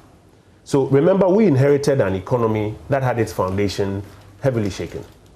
And you recall at that time we had a huge debate, long debate about where our deficit was, about 11% of GDP at the time, where our nominal debt stock was, about 122. Our colleagues keep saying it was 120, not 122. Remember, they had moved us from about 9 billion to about 122. I'll get into the debt numbers later. Now, in that circumstance, you will spend the limited resources you have on some other items. If you take, and let me go to a few matters that he was speaking about, growth. So again, if you go to table 1 in the highlights of the budget, real sector growth performance, take from 2014 coming down to 2019. Take agriculture, for example, 2014, 0.9%. 2015, 2.3%. 2016, 2.9%. 2017, 6.1%, while planting for food and jobs. You are putting your money in an alternate area. Obviously, you will not be able to move electricity from 82 to 100 if you are spending that money on agriculture, which is ensuring that people out there across the country are having an opportunity to improve their output in terms of agriculture. 4.8 the following year, 4.6 the following year. And if you look at the quarter 1 to quarter 3, 2020, despite COVID, is 4.5, way better than what we had inherited. So governments make choices on where to put their money. And if in the end the government decides to put the money, let's say, in agriculture, and now says that, haven't done that in this second term, I am going to focus on electricity extension, I think you can trust that it is reprioritizing and will move its monies there. So you cannot say that if it was an average 0.9% per year, it means it is impossible for the government to ramp it up from 85 to 100. Now take industry. I know he did the disaggregation, but look at the data from 2014, 1.1% growth, 2014, 1.1% in 2015, 4.3 in 2016, 15.7 in 2017, mostly because the lights were back on and industries could operate. No. 2018, 10%, 2019, 6.4%. And then you will notice that when we went into COVID and now industries were having to close down, work shifts occurring, negative 3.1. So we can go through all the data. The story doesn't change that Ghana's economy has actually seen a ramp up in the last 3 years. If you take the question of Napco specifically, I think right from the beginning it was explained that... And may I start on this point, that the reference to traffic, I think you may have been talking about, yes, not Napco, because I've gone to the Napco platform, and I remember the very start I engaged the CEO here, and it wasn't what you're talking about. They have Educate Ghana module, they have Enterprise Ghana module, Digitize Ghana module, Feed Ghana module, Heal Ghana module, Civil Ghana module, and Revenue Ghana module. They don't have a traffic module. In fact, I just sent a message. You accept a correction, or you're saying you deal with it? No, I'll deal with this issue of Napco when I get... No, what I mean is that you had mentioned that there's a traffic module. If you put somebody in charge of traffic management, and they don't have for traffic. And I'm saying when I get the opportunity, I'll give you... I've read the models. I would concede on that and give you those models that I think that even when they exit... Thank you. It's good and honorable to hear you say that. So JJ makes a concession on that, because I just sent a message earlier when he mentioned it to Dr. Anyas. Okay. And he says not even one on traffic. Feed Ghana, Heal Ghana, Revenue That's okay. Ghana, We've gone through that. All of those ones. And the idea from the beginning, as was explained, was that we were going to get these persons on a medium-term path where they get training, where they get some money. And there's a clear exit plan where some of them are going to get regular jobs in the areas they are associated. And already some of them are being recruited into those job areas. Then there were those who, by virtue of the skill set they have acquired, can be contracted after the Napco period to provide those services in a private sector capacity to some of those agencies. So when the government says that it is envisaging the exit modules to start, I don't think it's fair to categorize it and scare people as a layoff, as my brother sought to do earlier. Now let me deal with the issue of debt. And you notice that JJ speaks about nominals. He says, Akufo-Addo has added, 13 billion. Did you say 13 billion, JJ? Thank you, right. I said that between President Kufuor, John Mahama and Mills, we borrowed $4 billion from the Eurobond. President Akufo-Addo, in 4 years, is doing $13 billion. I have not dealt with nominal debt figures. I'll go to the percentages and the relatives. But those 13 billions, I mean, you agree, they are nominals. But they are not the aggregate nominals he's talking about. In dollars. But I'm saying they are nominals. Those are numbers. Yes. Yes, so they are nominals. I'm saying that the debt conversation is bigger than the nominals because borrowing has uses. Borrowing does not necessarily mean that the debt stock simpliciter is increasing by virtue of that. If you are swapping debts, it does not necessarily mean that by virtue of borrowing 13 billion, you have necessarily added that specific 13 billion to the debt stock, if it was for the purpose of debt swapping. Now, so immediately that came up, naturally what I had to think about was, have you factored in how much was spent for the financial sector? Apart from that, how much of our debt we have even paid? You see, as you borrow, you pay some of the debt. Absolutely. And then you use some for capital expenditure. I'll come and deal with the issue of capital expenditure, recurrent expenditure, and the percentage of your debt in relation to GDP. When you just drop the numbers, 13 billion, though you haven't said it, you are signaling to somebody that perhaps that 13 billion is an additional debt. And I'm just saying that debt has usages. And therefore, we need to disaggregate and go into the details. Now, let me give you a quotation from the budget as was read by the Honorable Osei Mensah Bonsu, who did a great job yesterday, by the way. It says, Mr. Speaker, the total public debt has increased from 122 billion, which was 56.9% of the rebased GDP.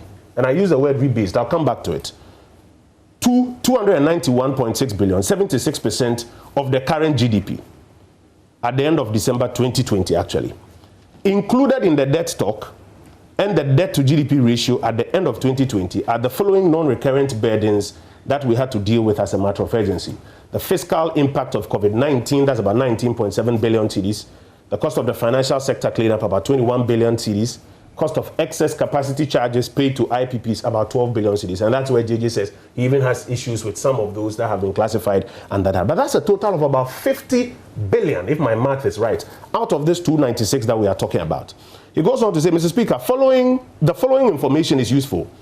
And that's why I say the nominals are not helpful. Between 2004 and 2008, Ghana's debt stock, because in the end, what you want to find out is what is the addition to the debt stock? After you do the debt swapping and whatever you claim the utilization is for, what is the additional addition, or what is the addition to the debt stock? Between 2004 and 2008, Ghana's debt stock increased by 30%. This is President Kufuor's second term. Between 2008 and 2012, the debt stock increased by 269%. This is the late former President Mills' first term, 269%. Between 2012 and 2016, the increase in the debt stock was 243%. President Mahama's tenure. Between 2016 and 2020, Akufo-Addo's first term, the increase in Ghana's debt stock is 137%. And this includes banking sector, COVID, and energy-related matters. So when it comes to debt management and the question of who has increased our debt stock in a disproportionate manner, we can have that debate. But we are not even grounding that as our main argument. Because you see, like the president says in the State of the Nation address, the outcome of the 2020 election is a message to us that this debate on who has contributed more to our debt stock, even though we can have it, is exactly not what the people of Ghana are looking for. They are looking for a conversation of what is our fiscal position now and what is the plan to get us out of it.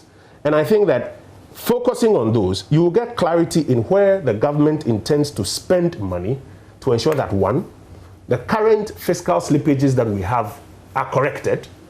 Two, the investments that need to be made in the real sector, agriculture, industry, services, and their construction, etc., so that people's businesses can move growth will rebound. People can get jobs and incomes. It can happen. And then at the same time, the COVID challenges that we have, we can fund dealing with it. Those are the conversations that the people of Ghana desire to hear. Now, let me quickly speak about Agyapa, because I think you've introduced it. We will bring Agyapa in. Very well. We will bring Agyapa in to finish the discussion on the state of the nation, then move on to the budget proper. Very well. So if I may bring in Professor Bokwin here.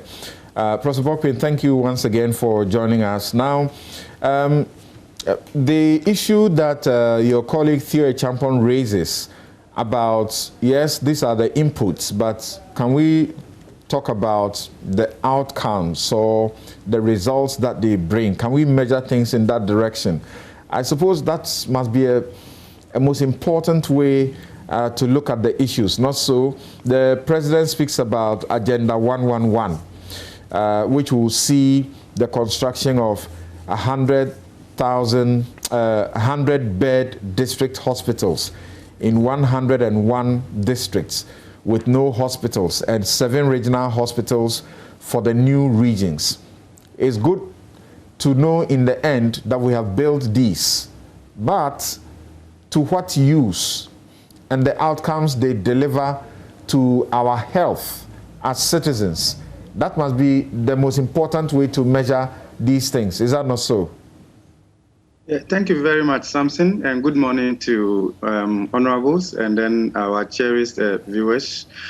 Thank you for this opportunity. I think it's a way to go now, and I agree 100% with you that we need to change the narrative, because where the focus is would also influence policymakers to look in that direction and begin to align the system to generate the data that would enable us to track our progress along those lines that reflect more human development issues. So I think, and I also agree with the MP that yes, it's a progress. So at some point we focus on constitution, democracy, and equality and all of that. But I think the time has come.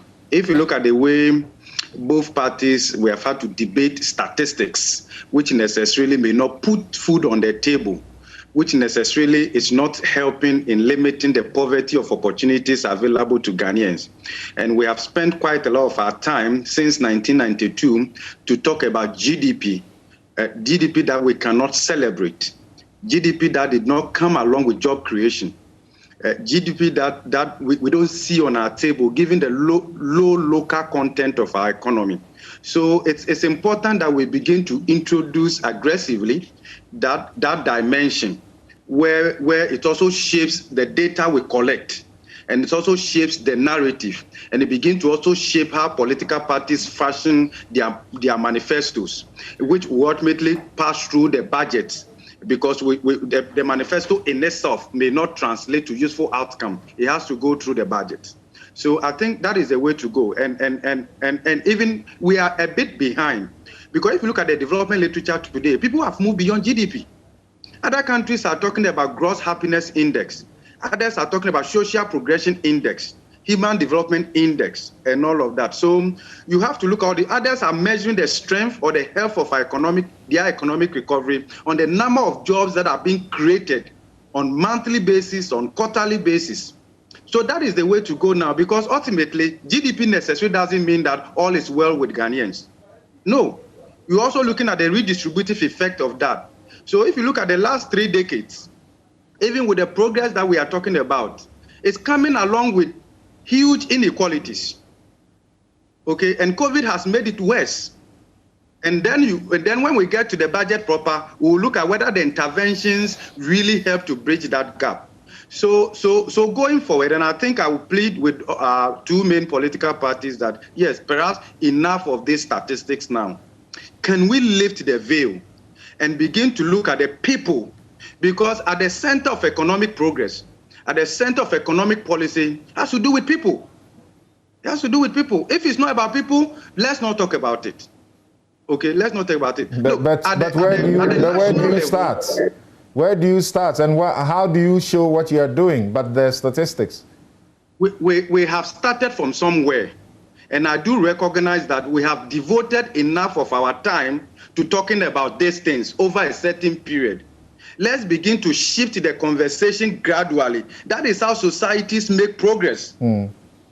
Okay, so we can say that we've been scoring 50 and we consider that an A. Can we shift that threshold a bit and stretch ourselves a bit, given our potential?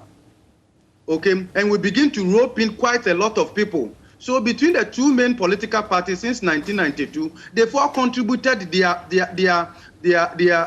share towards our progress. We recognize that. And we are talking about debt numbers. If you look at the NDC, yes, they accumulated debt, but they can also explain. You know why? Because during Mohammed's time, there were crises. There were crises that also influenced the debt accumulation. And thankfully today, we are also talking about COVID that is also influencing the debt accumulation. So both parties, there isn't anything particularly unique about how we are managing our crisis because we load it on the debt stock. And that is why now we have to decelerate in one way or the other.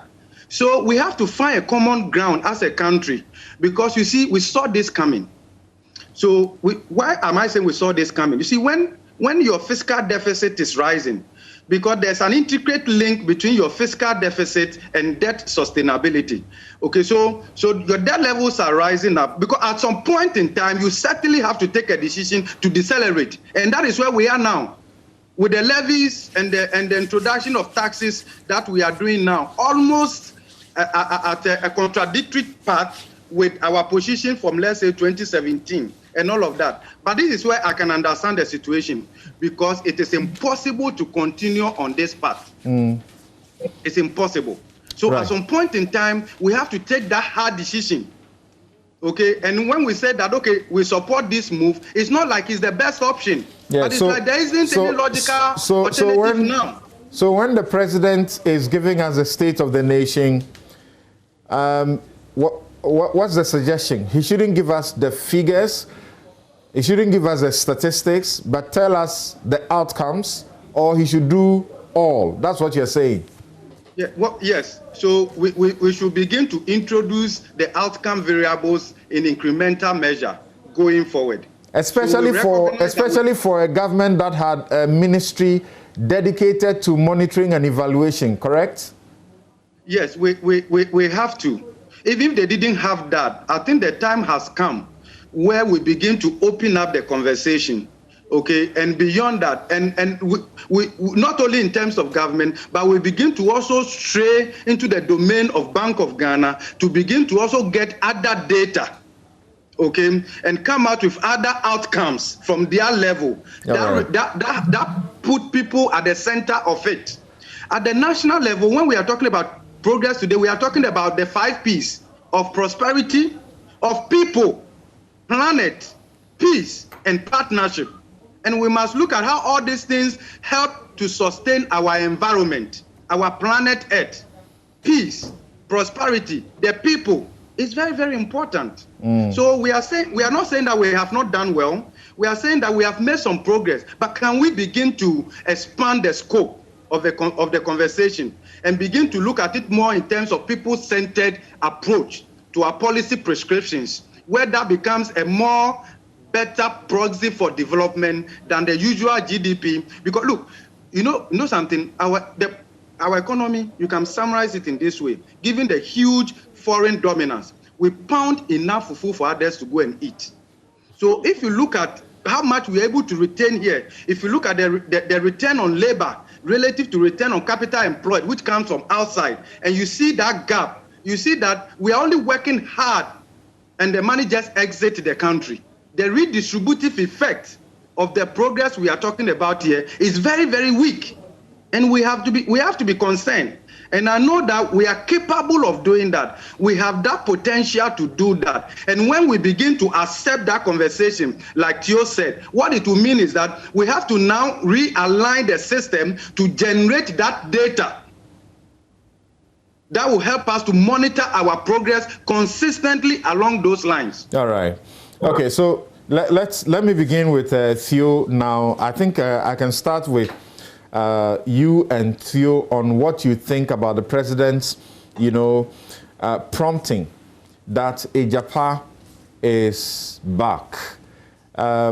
I've heard civil society organizations who, came together against it, suggest that the president seemed to think that when people voted for him, they meant that they had endorsed it. And he also seems to think that once you are voted for, that's the end of it. The people don't participate in the governance process anymore. You have to do everything by yourself and not listen to anybody. Theo, what do you say? Do you think the president is not listening by this showing? So I think the outcome of the election from last year actually is a function of two things. One of which, an important consideration, was the fact that people were not generally, or let me say some people, not everyone, were not generally happy with the issue of the fight of corruption. And if you recall, one of the big issues that was symptomatic of that was this whole Agyapa issue and Martin Amidu having to resign as a result of that. And that reflected in the vote. So yes, the government has a mandate to carry on its second-term development agenda. But also I think part of the mandate was that we want deals such as Agyapa to be reconsidered and to be reevaluated, not necessarily in terms of what was being proposed. So on that basis, I struggled to see how the revised form of Agyapa, and I concede that I don't have all the details yet, probably not others, but it'll be interesting to see what is different in Agyapa now, right, in its revised form versus what was presented to Parliament in August of 2020. And then the question is, with the current parliamentary architecture that we do have, is it something that would actually pass in the House? I'm not sure that would be the case, because a lot of work would have to be done by the government, a lot of back channel arrangements, and a lot of consultations would also have to be done. So Agyapa 1.0 had issues where civil society, other respected academics all raised very serious substantive issues around, for example, the valuation, around, for example, potential disclosure of beneficial owners in the shell entities that will run the firm in the city of London. There were issues raised around whether or not it actually makes sense to put or mortgage the royalty arrangements for a 15-year period, and why not just forward sell that for, say, 4 or 5 years and get the receipt upfront, but you don't lock in another future government, right, into using those minerals royalties to support their development agenda. All these issues are still there. I don't think that they have necessarily been addressed. So I think what for me is really key is to see what new Agyapa deal would be proposed or presented to the House. And then number two, is this going to be substantially different from what we had already, are used to from last year? If that is not the case, and with the split or hung parliament that we do have, I just struggle to see how that will pass in the House. So you are open to having a second look, review? Oh, yes. I mean, we all want to see what is new. Let me speak for myself. Exactly. I want to see what is new.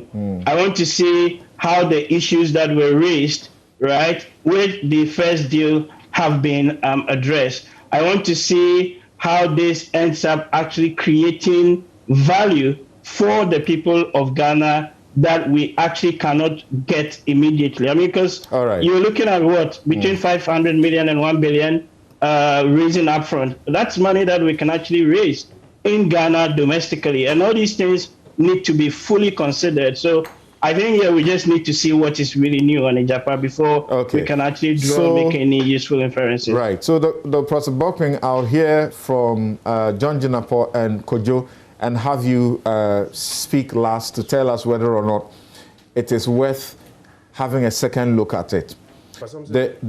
Yes. I think if you let me handle Agyapa, a lot of the conversation around it will be easily solved, even for JJ and Professor Bokman who want to speak about. Why not? Yeah. Why not? Let's start with you. Because I notice a classic case once again of a different narrative spun out of what the president said. I want to quote the president's words and go back to what happened before this. Okay. Because you know that today, the narrative that has been spun out there is that Agyapa is back. Or that the president has said in Parliament that he intends to go ahead with Agyapa. And that, therefore, he's probably not listening to the criticisms that were raised. He has never said that. In fact, and this is an aside, last week at our press briefing, I was categorical in saying that there are no sanctions as at now for persons who haven't taken COVID or who refuse the COVID vaccines. The story was spun out of it that government intends to sanction people who are not taking the COVID vaccine. And then you have a whole conversation going on built on a wrong narrative.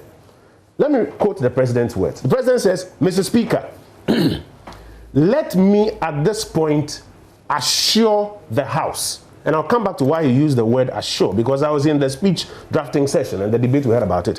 Let me at this point assure the House that in the course of this session of Parliament, government will come back to engage the House on the steps it intends to take on the future of the Agyapa transaction. He hasn't said Agyapa is back. He hasn't said that he even intends to go ahead with it. The president, when the special prosecutor issued his document, caused the statement to be issued. And in that statement, the president's director of communications was quite clear that he needs the Attorney General and the Finance Ministry to review all the processes and the details of that transaction and possibly go back to Parliament for Parliament to have a second look at it. The president, in speaking to Parliament... Go back to Parliament and not possibly. I think... Go back to Parliament for what? Take it back to Parliament. Yeah. For what? Because there are a number of options. You can go to Parliament and say that you want a rescission of the initial approval that was given because you don't even intend to go ahead with it. You can go to Parliament and go with a new transaction.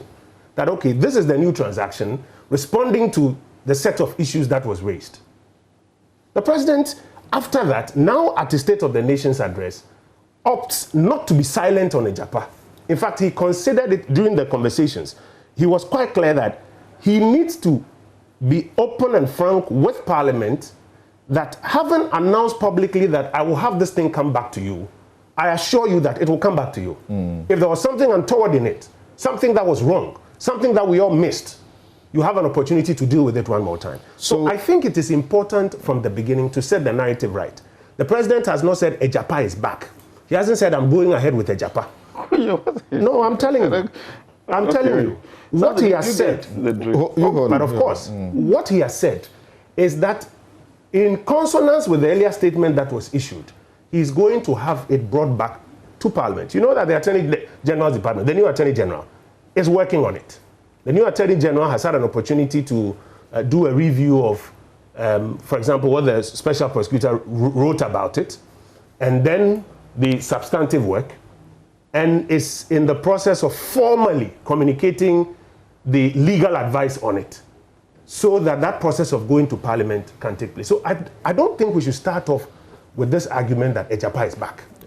Yes, that it suggests that the president did not. We clearly are on the trajectory that Agyapa will be back unless Parliament decides otherwise and it overrides government's objective. But do we know what the president is bringing to Parliament?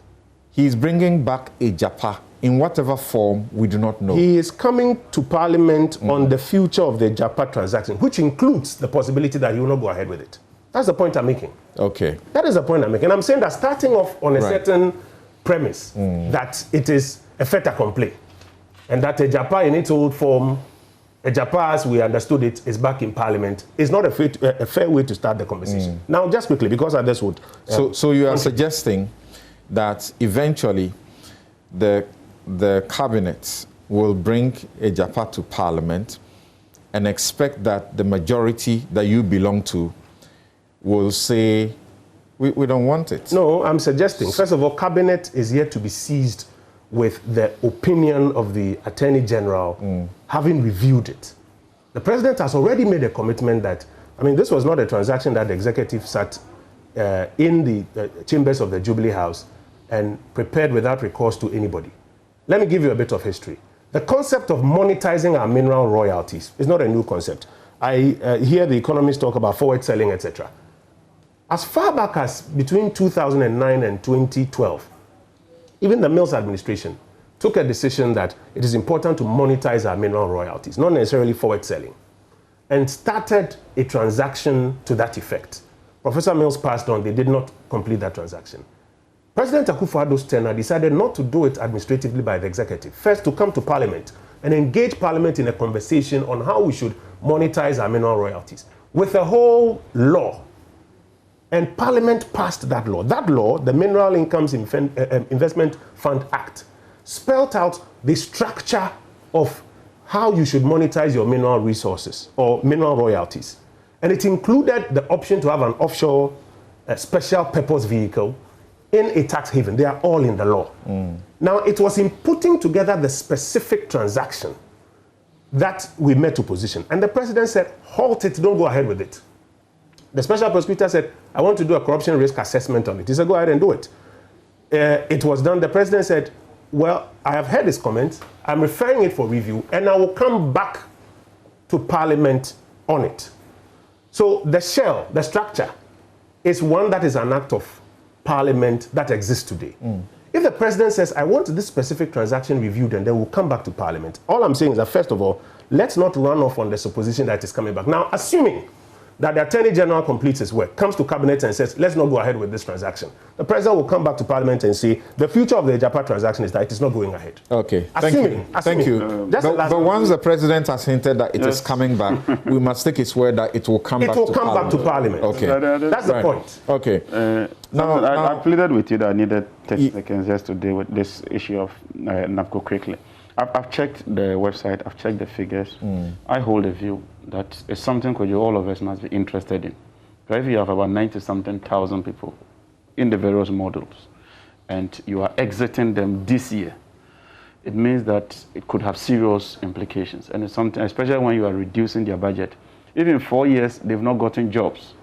I don't think that just exiting 96,000 of them might land them jobs. I'm raising it because I think that it has serious implications, and all of us. I think it's a fair point. But to say they are being laid off is what I disagree with. Okay. They are being exited. All right. Some are being recruited. Some are being recruited. All right. No, let me deal with this. All right. So the President said, I'm giving the assurance in the course of this session of Parliament. This session.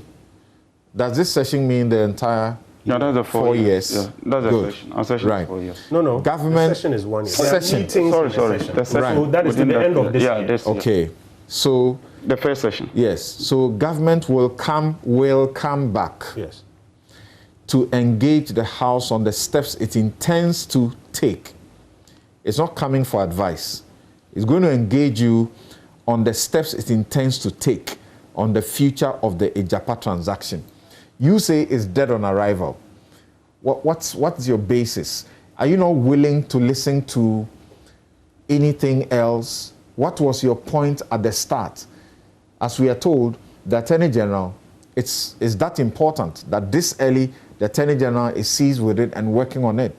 So why are you, before you even saw it, kicking against it? No, the first issue has to do with that company itself and its incorporation. Once you come with that structure, it's dead on arrival. So if they do not come with that structure, then we are not talking of Agyapa. We are not talking of Agyapa then.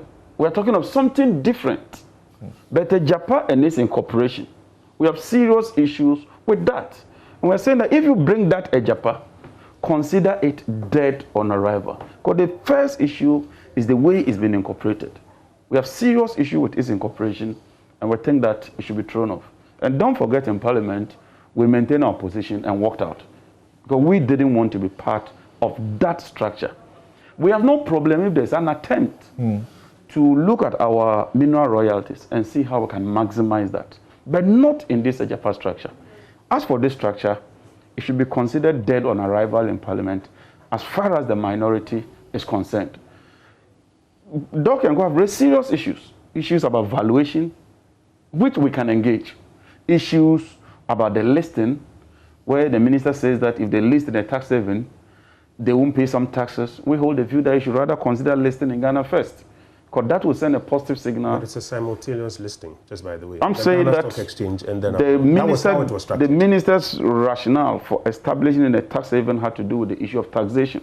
And I'm saying that it doesn't sit well with me as a legislator. I think that you should rather consider Ghana and all those other issues. And this issue of is 100% government, is 100%. Yes, when you are forming a company as Samsung, you form it as 100% Samsung. But you intend going to sell the shares through an IPO.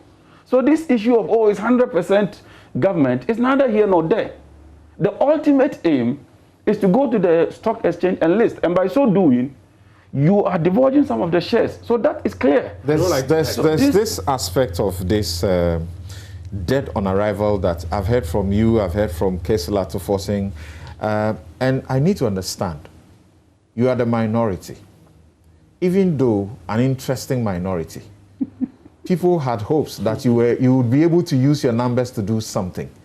You have failed them. Totally failed them. So when you say dead on arrival, what do you mean? Because they have the majority. Yeah, people had hopes. Even if it takes one, they still can make it. People had hopes that we'll use our numbers to elect a speaker. So you cannot be saying it is dead on arrival. We are speaking for ourselves. And we said as far as the minority is concerned, the old Agyapa structure, if it's brought back, is dead on arrival. The Agyapa itself, we said that we have an issue with that Agyapa and its incorporation. And once the fundamental issue has a problem, any other thing you put on it is dead on arrival. But JJ, you do understand, and I'm sorry to interrupt. You know I've not been doing this. You do understand that what the president said was not that he was bringing back Agyapa as it is for Parliament to re-bless. As I've explained this, that's not what he said. Number two, the second thing about why, and I'll be very quick, why we've been insisting that it's 100% GOG owned is that in the beginning, Samson, if you recall, the concept of beneficial owners were thrown out there, that there are some beneficial owners. Who are the beneficial owners behind? And that is why we have been explaining that there's no beneficial owner. No, it's a legitimate point. I got your drift. I just want to explain that. The issue of the beneficial owner is that if you undervalue Agyapa, instead of a 3.7 billion, you undervalue it at 1 billion, go through an IPO, and some people form shell companies and other companies to buy into it. Then the actual value comes up. When you are trading on the secondary market, they will cream off the difference. And it was explained so that the issue of beneficial and the IPO is critical. Were different. Now, do you get my point? I do. That you can't undervalue a company. I get that argument. Go and list it on the stock exchange. Get your people to participate, benefit from it, and cream up the difference. It then means that there's somebody behind or beneath, and we need to unveil that curtain. So when we say beneficial owners, that is critical because you won't own the company 100%. And to the extent that you wouldn't own it 100%, and somebody will own some of the shares, they will be benefiting. And we want to probe into that. Yes, but JJ, if you wanted to make a point, I'm sorry to do this, but if you wanted to make a point that there should be full disclosure on all potential participators, the concept was not that of beneficial owners. Secondly, the IPO strike price is, and that's why they kept making the point that the pricing hasn't taken place. The IPO strike price was what was going to do the full costing of the value of what we have there. This initial figure that was put there is at the point of registering the vehicle. Why? So there was room to do all of that. Okay. But as a president, let me have an opportunity to look at it. I think something is the issue clearly, that the president's intent coming back. Yes. In whatever form, in whatever shape, we do not know. We have serious issues. We've raised legitimate issues. And he says that, why didn't you raise this at committee? And that is important for me, Samson. Why raise such a huge deal within 24 hours?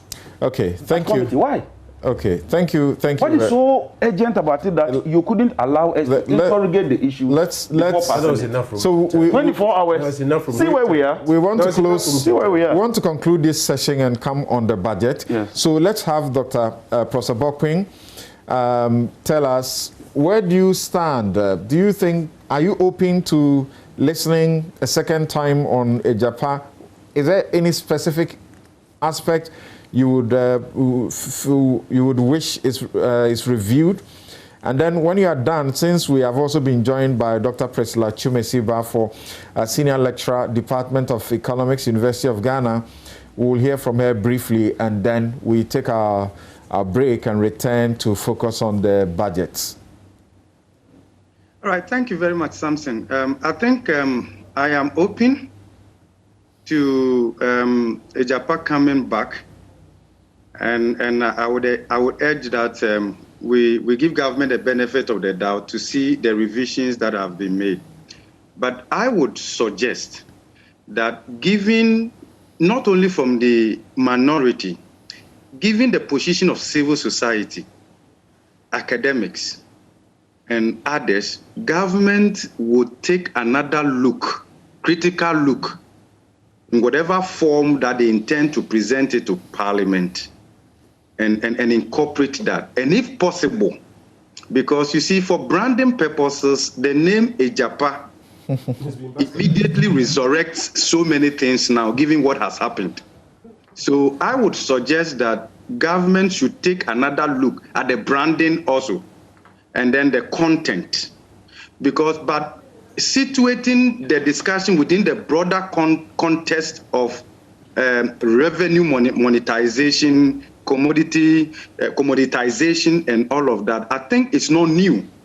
In fact, we've done that with cocoa, we've done that with so many other commodities and natural resources. So there's a context to that. In fact, in 2017, 2018, the IMF had a reason to say that government's excessive revenue monetization needs to be looked at again. I mean, that drive is there.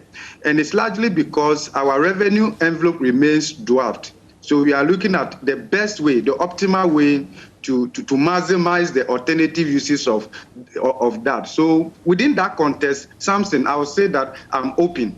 And the reason I'm saying I'm open is that so much has been said about this Agyapa and all of that. Perhaps we would then have the opportunity, given the shape of Parliament now, to look at this critically. And at the end, they see how Ghana wins out of this. To that extent, I would say that I am open. All right. But yes. I can also sympathize with the NDC and their position, also giving the brand, the name, and what has come to be known of it and all of that. So I think that part of the revisions that government would have to do or make should take some of these serious concerns into consideration, because we have a very interesting minority in Parliament now. And therefore, whatever that goes to Parliament must, even before it gets there, recognize these dynamics, and not only the NDC in Parliament, but civil society, and then other stakeholders, academics, and all of that. Right. So to that extent, let's have an open debate. Okay. Yeah. Thank you. Now, Doc, what do you also say? Does it sound to you as if government is posturing as though without this, it does not have a basket to take care of the economy?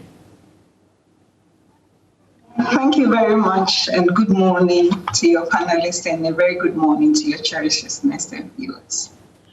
Thank you very much once again. I'll say that for the Agyapa deal, to be honest with you, I have not really looked into the issues, but to a large extent, a lot of people, stakeholders, civil society, the opposition, well-meaning Ghanaians have expressed concerns about the issues. So I believe that government needs to take a step back, address all the issues before it sends us back to Parliament. Because indeed, in all this, the President's position has been, yes, let's build consensus. We don't have a great majority in Parliament, so there is the need to reach out to the other side of the House. But so in doing some of these things, it doesn't send a good signal. It's as if, yes, you can do all the talk, I'll have my way regardless because I am in government. And that does not augur well for a nation that is seeking to build consensus and deliver development going forward. On the other issue of trying to bounce our hopes on delivering on most of the initiatives that have been outlined, depending on whether or not Agyapa comes on, it's also a cause to worry. And over time, we know that most resource-rich nations are not necessarily nations that have developed or nations that have been able to lift their people out of poverty to deliver development to them. Why is that? Because most of the times we believe that we have enough resources. So you see a lot of mismanagement, corruption here and there. And we do not work hard at developing the key sectors of the economy out of minerals. And that is the challenge. If you remember, in 2008, thereabout, when we discovered oil in commercial quantities, we thought that by now our economy would have significantly developed based on all of a sudden the huge windfall gain we made from petroleum resources. But indeed, we are back here still discussing. So I think that as a nation, we need to critically look at, yes, resources are good. And whilst we are exploiting those resources, we also need to keep our eyes on what we leave for the next generation. It's also very important. But we need to think out of the box and sometimes look at other avenues of trying to move the economy forward rather than on minerals. And indeed, we know a very popular Dutch disease concept where when you all of a sudden discover minerals, you see that you lose focus on all the other sectors. And all of a sudden, you find that your concentration is on the minerals that you've discovered. Indeed, when you look at the data for Ghana, it tells that around the time 2009, 10, 11, the non-oil sector was not doing well because all the concentration was on oil. And these sectors are not labor-intensive sectors which would deliver decent jobs to the masses or the young people who need jobs. So these are issues that we need to look at going forward. All right, so we will take a break, and when we return, we will commence the budget discussion with Dr. Priscilla Chumesi Bafo.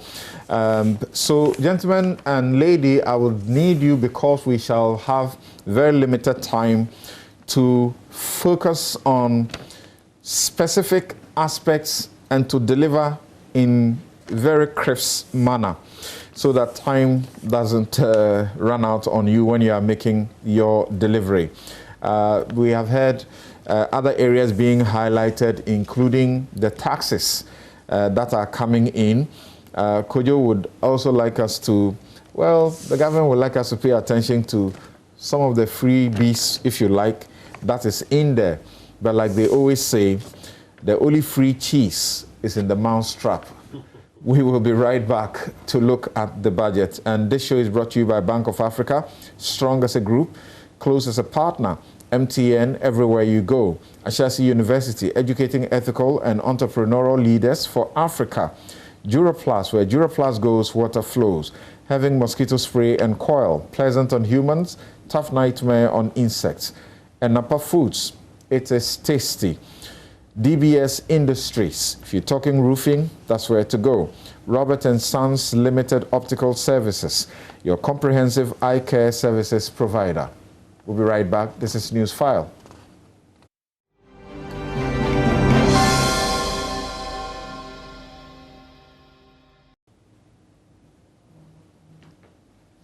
You're welcome back. This is NewsFile. It's your most authoritative news analysis platform.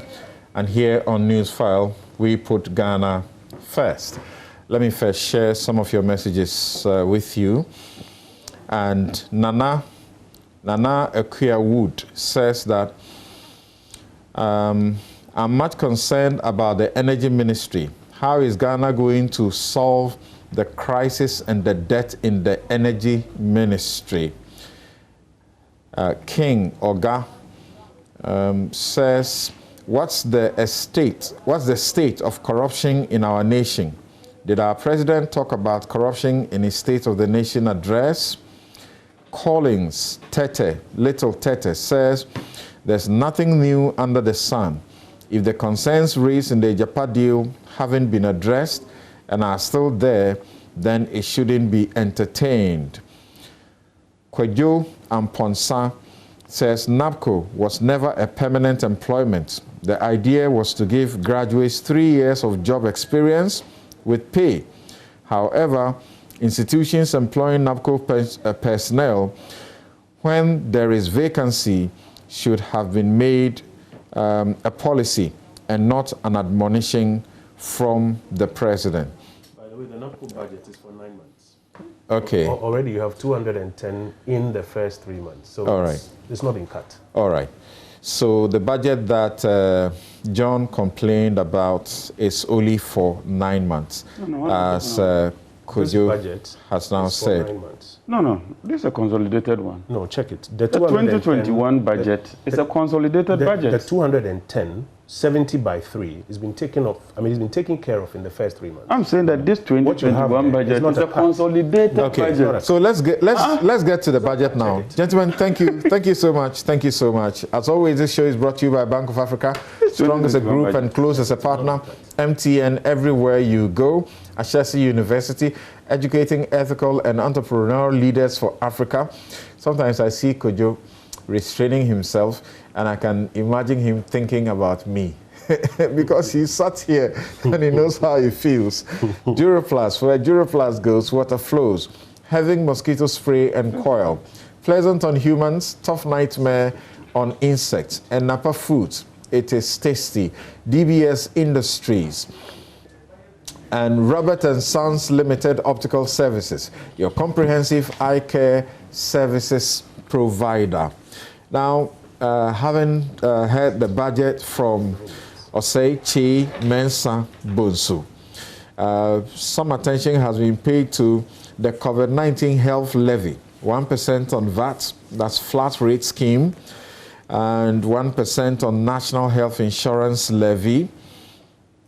You would also have paid attention to that other issue that has been raised, 10 pesos charge on every liter of fuel purchased for new sanitation levy.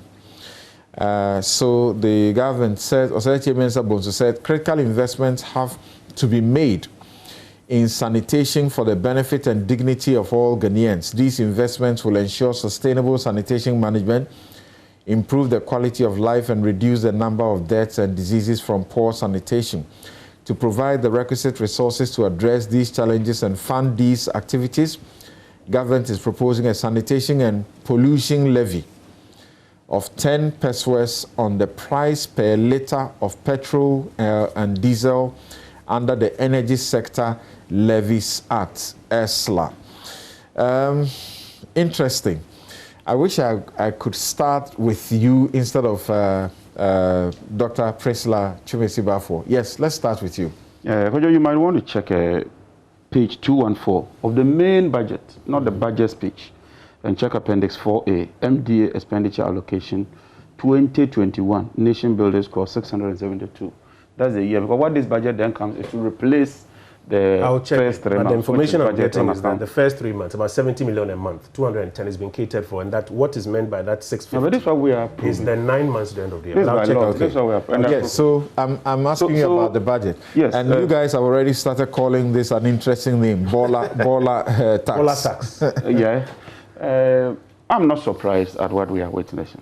I knew that we'll get here. I knew that government was only buying time because of the election period. Everybody who looked at the macro indicators and the figures could tell that we're heading for trouble. The point is that we are in a deep hole, and almost all the economists have agreed to the fact that we are in a deep hole. And like Kwadwo tried to talk about incremental, I don't know where that analysis comes from. Something, I have 100 cedi, I go to borrow another 100 cedi. That's 100%. The next year I go to borrow 150 cedi. It won't be 100% on the 200. No. Then I said, oh, this year I've done well. That is how our debts are assessed. It's compounding. No, but we are comparing from 100 to 250. Look, I am saying that on an incremental basis, even if you borrow the same amount, because it's compounding, the percentage will be smaller. That's what we're saying. We're talking point to point. Which point to point? So take end, I don't like heckling, end 2000, 9 billion Ghana cedis. I mean, sorry, end 2008, 9 billion Ghana cedis. End 2016, how much? It is on the gross, because if it was 100, what are you saying? 4 years, I borrowed 100 and it's 200. Oh, that is 100%.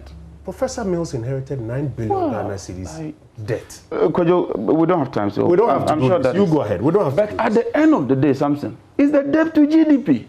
Like he says, you are borrowing that money to invest in some critical areas. Yes. And that's why I said that when you borrowed maybe 4 billion euro bond, you did 13 billion. If you borrow and you invest in critical areas and you increase productivity, the GDP will show. Your debt to GDP will not grow. That is the bottom line. This issue of incremental and those things, they don't come in. Moody's already has downgraded us to negative, the outlook. Now, if you go into the budget proper, then you ask yourself that, look, the 291 billion, that is not even the main issue, because Japan, for instance, at a point in time, had a debt to GDP of 120. True. Does that mean they are bankrupt? No. When Greece crossed, I think, 74 or 100, they were declared bankrupt. So even the debt to GDP alone doesn't tell the full story. That's true. You ask yourself, when you get your revenues, what do you use the revenues for? That's why I said that when we take our revenues today, all our tax revenues, everything is used to service our debts. No country can grow. No country can be sustainable in that situation where almost all your revenues cannot even cater for two line items: compensation and debt servicing. It can't even cater for that. So we are in deep trouble. And let's admit that, look, we are in deep trouble. So that when we are taking corrective measures, we don't get back to this situation again. The very first paragraph, that admission is made because it's not only Ghana that's affected because of COVID, the whole world. I've looked at Togo, I've looked at Cote d'Ivoire, I've looked at Senegal, I've looked at Tanzania, I've looked at Uganda. They are not in this debt crisis that we find ourselves. And this attempt to shift this whole challenge on COVID is not true. And like Prof. Bobkin said, way back in 2019, the alarm bells started sounding. COVID-19 has only come to confirm an already difficult situation. So this attempt to say that everything was okay, we're doing well, but for COVID-19, go and look at the 2019 figures. Look at your total revenue against even these three line items. We're heading for trouble. Just that COVID-19 has come to confirm the extent and the state of that trouble. What does that mean going forward, Samson? This year is going to be a tough year for everybody. That's a fact. So you got some free electricity for some months in 2020. In 2021, you're going to have a very, very difficult situation because already in these first 2 or 3 months, fuel prices have been increased 6 times. Cumulatively, if you check the percentage, it's about 11%.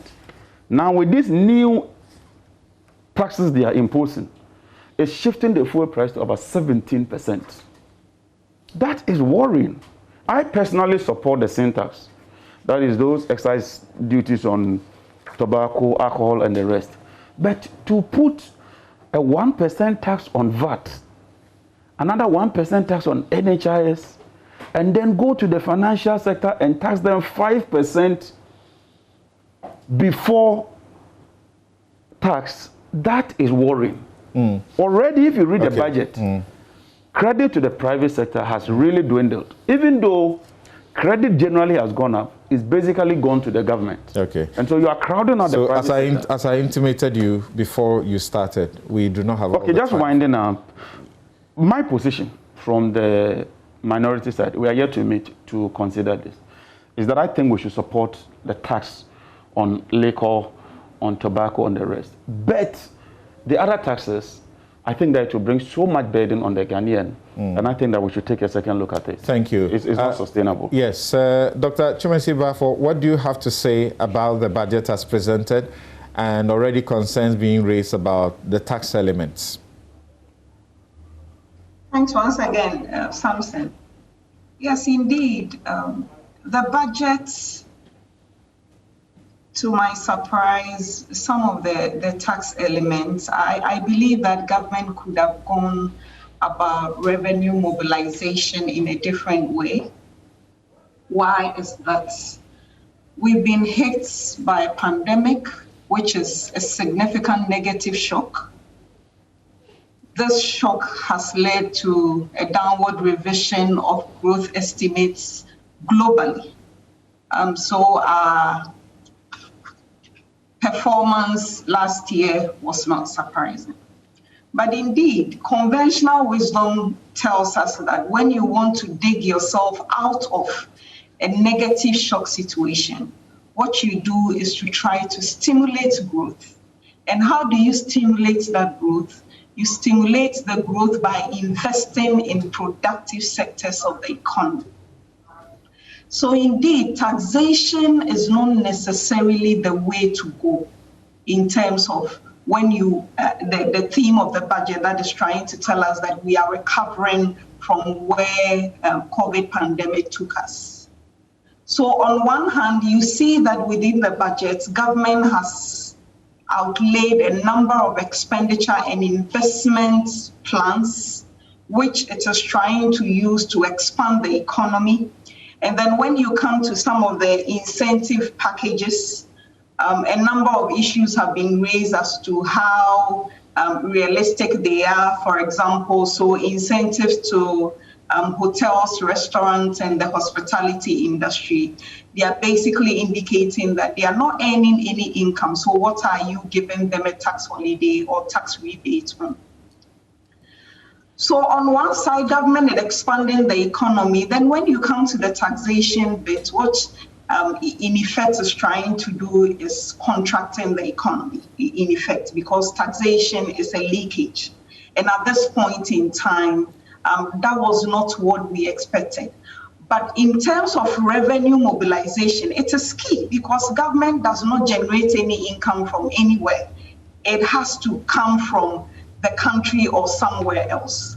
Our debt levels has increasingly become unsustainable, so we need to be careful going forward how we borrow. So definitely, taxes needed to come in. But for me, I thought that government would rather go on a massive revenue mobilization campaign. That is, for example, the president in the State of the Nation address spoke about conversion of national ID numbers to 10 numbers, which significantly increases the number of people who will be registered with GRA to pay taxes. There could have been the mobilization policy where people would go around to pursue and look out for these. Property taxes are an issue we spoke about. So in these hard times, people could chip in. The people who have more resources could be asked to chip in. But indeed, the route that is being used, we know that petroleum taxes are one of the easiest taxes to collect, really. And so per estimations, once you put it on it, you can easily get the revenue. And that is how I see it. I believe that government could have gone about this stimulus or recovery package, not really through the use of taxation, because imposition of taxes on fuel leads to increase in cost of transportation, will result in cost of food, increase in cost of food. We'll have some initial inflationary tendencies, although we are yet to see how the data will play out. But I think that government could have used a different route in terms of mobilizing. So, for example, taxes on luxury cars, for instance, I thought that this was a time that if probably it was introduced, it wouldn't have been a bad idea, because if people have more resources, they should be in a position to pay more to support what the country help the very poor, lift them up. So indeed, consistently, we've been spending beyond our means, and that explains the situation we found ourselves in. And indeed, government, between borrowing more and imposing taxes, I think that is more of like between the devil and the deep blue sea. And okay. Yeah. All right, thank you. So, what would you say?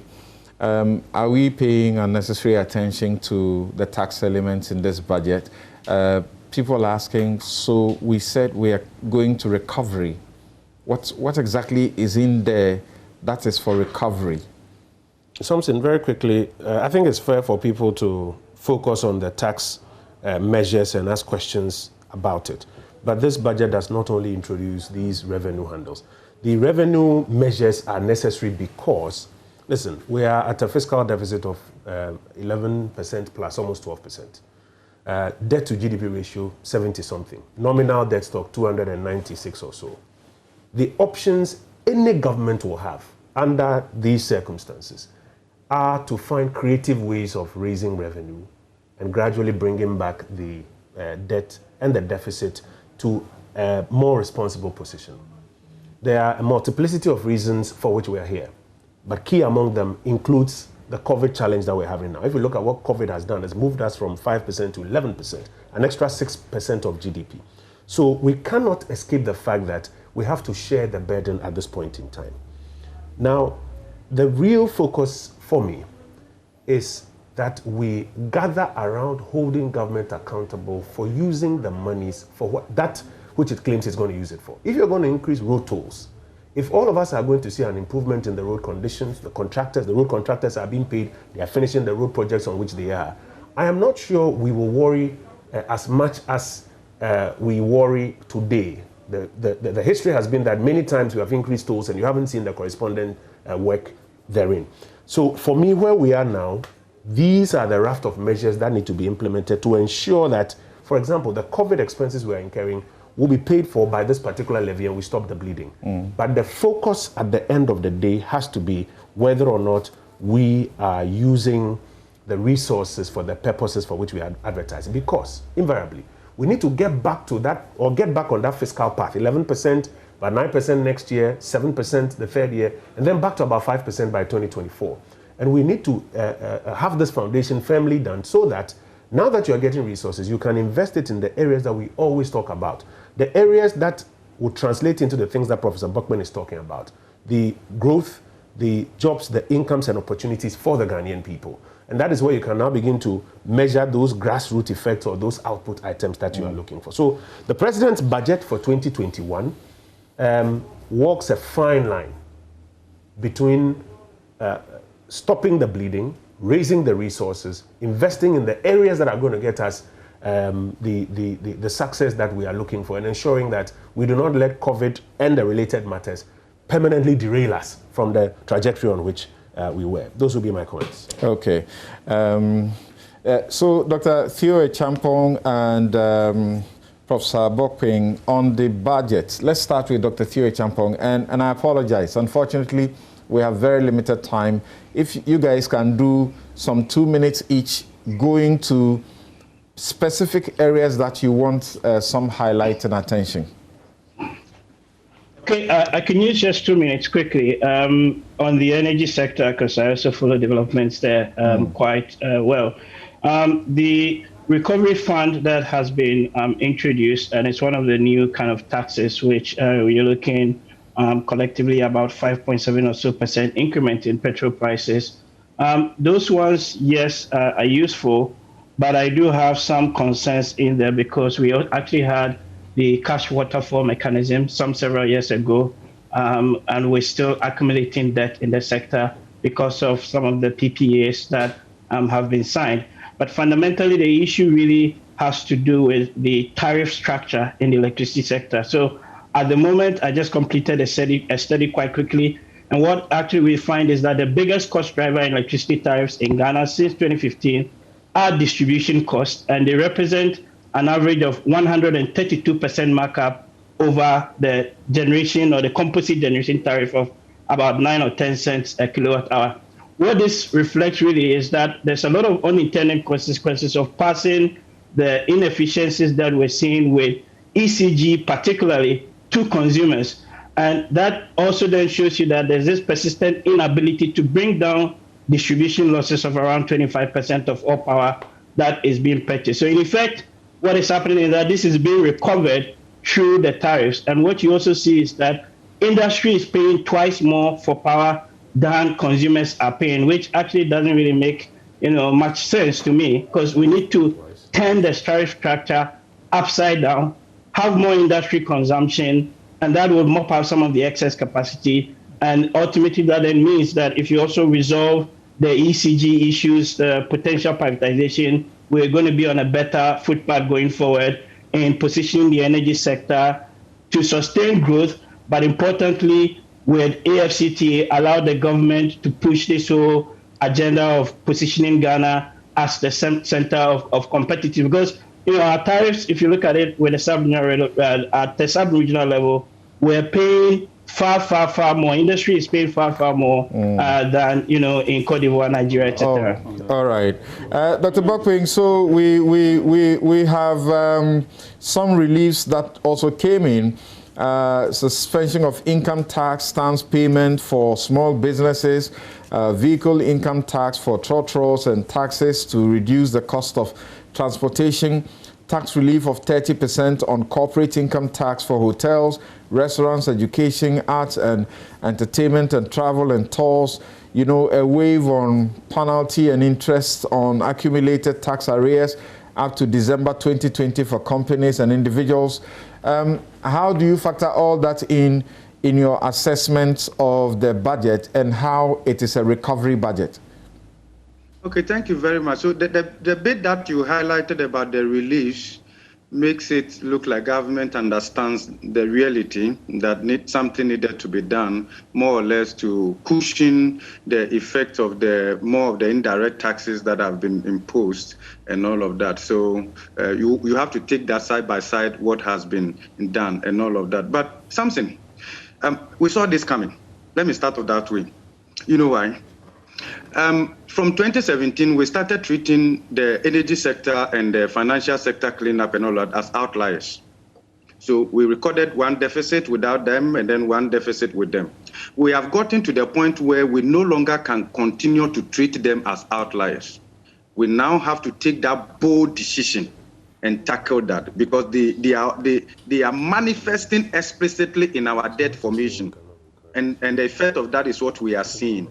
And we cannot continue. So when you see your debt rising, particularly fueled by the fiscal deficit, it signals the possibility of future hikes in taxes. And that is where we are now. So if you compare this to 2017 budget and all of that, you can see that there's a clear departure now. That now consolidation has to be taken seriously. That will come at a price.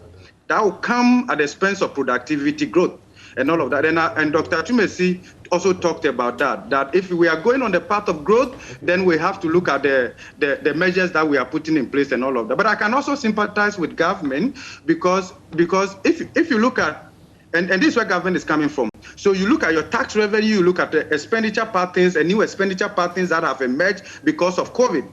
And you have to take a bold decision. Now, the other tax handles that perhaps my colleague economist talked about, we have been ineffective at collecting more taxes through those tax handles, which will be more progressive. Okay. And that is why we have adopted this approach, of putting it on fuel, because that one, the law practically... I'm sorry, but we just ran out of time. And I'd like to say I'm thankful to Dr. Patrick Kumar Boaje, Director General, Ghana Health Service, Dr. Kwame Sapong-Asiedu, pharmacist and fellow Ghana Center for Democratic Development, who joined the very first segment, and Professor Godfred Bokping, who is Professor of Finance, University of Ghana, and Dean also of Students, and Dr. Priscilla Chumesi Bafo, Senior Lecturer, Department of Economics, University of Ghana.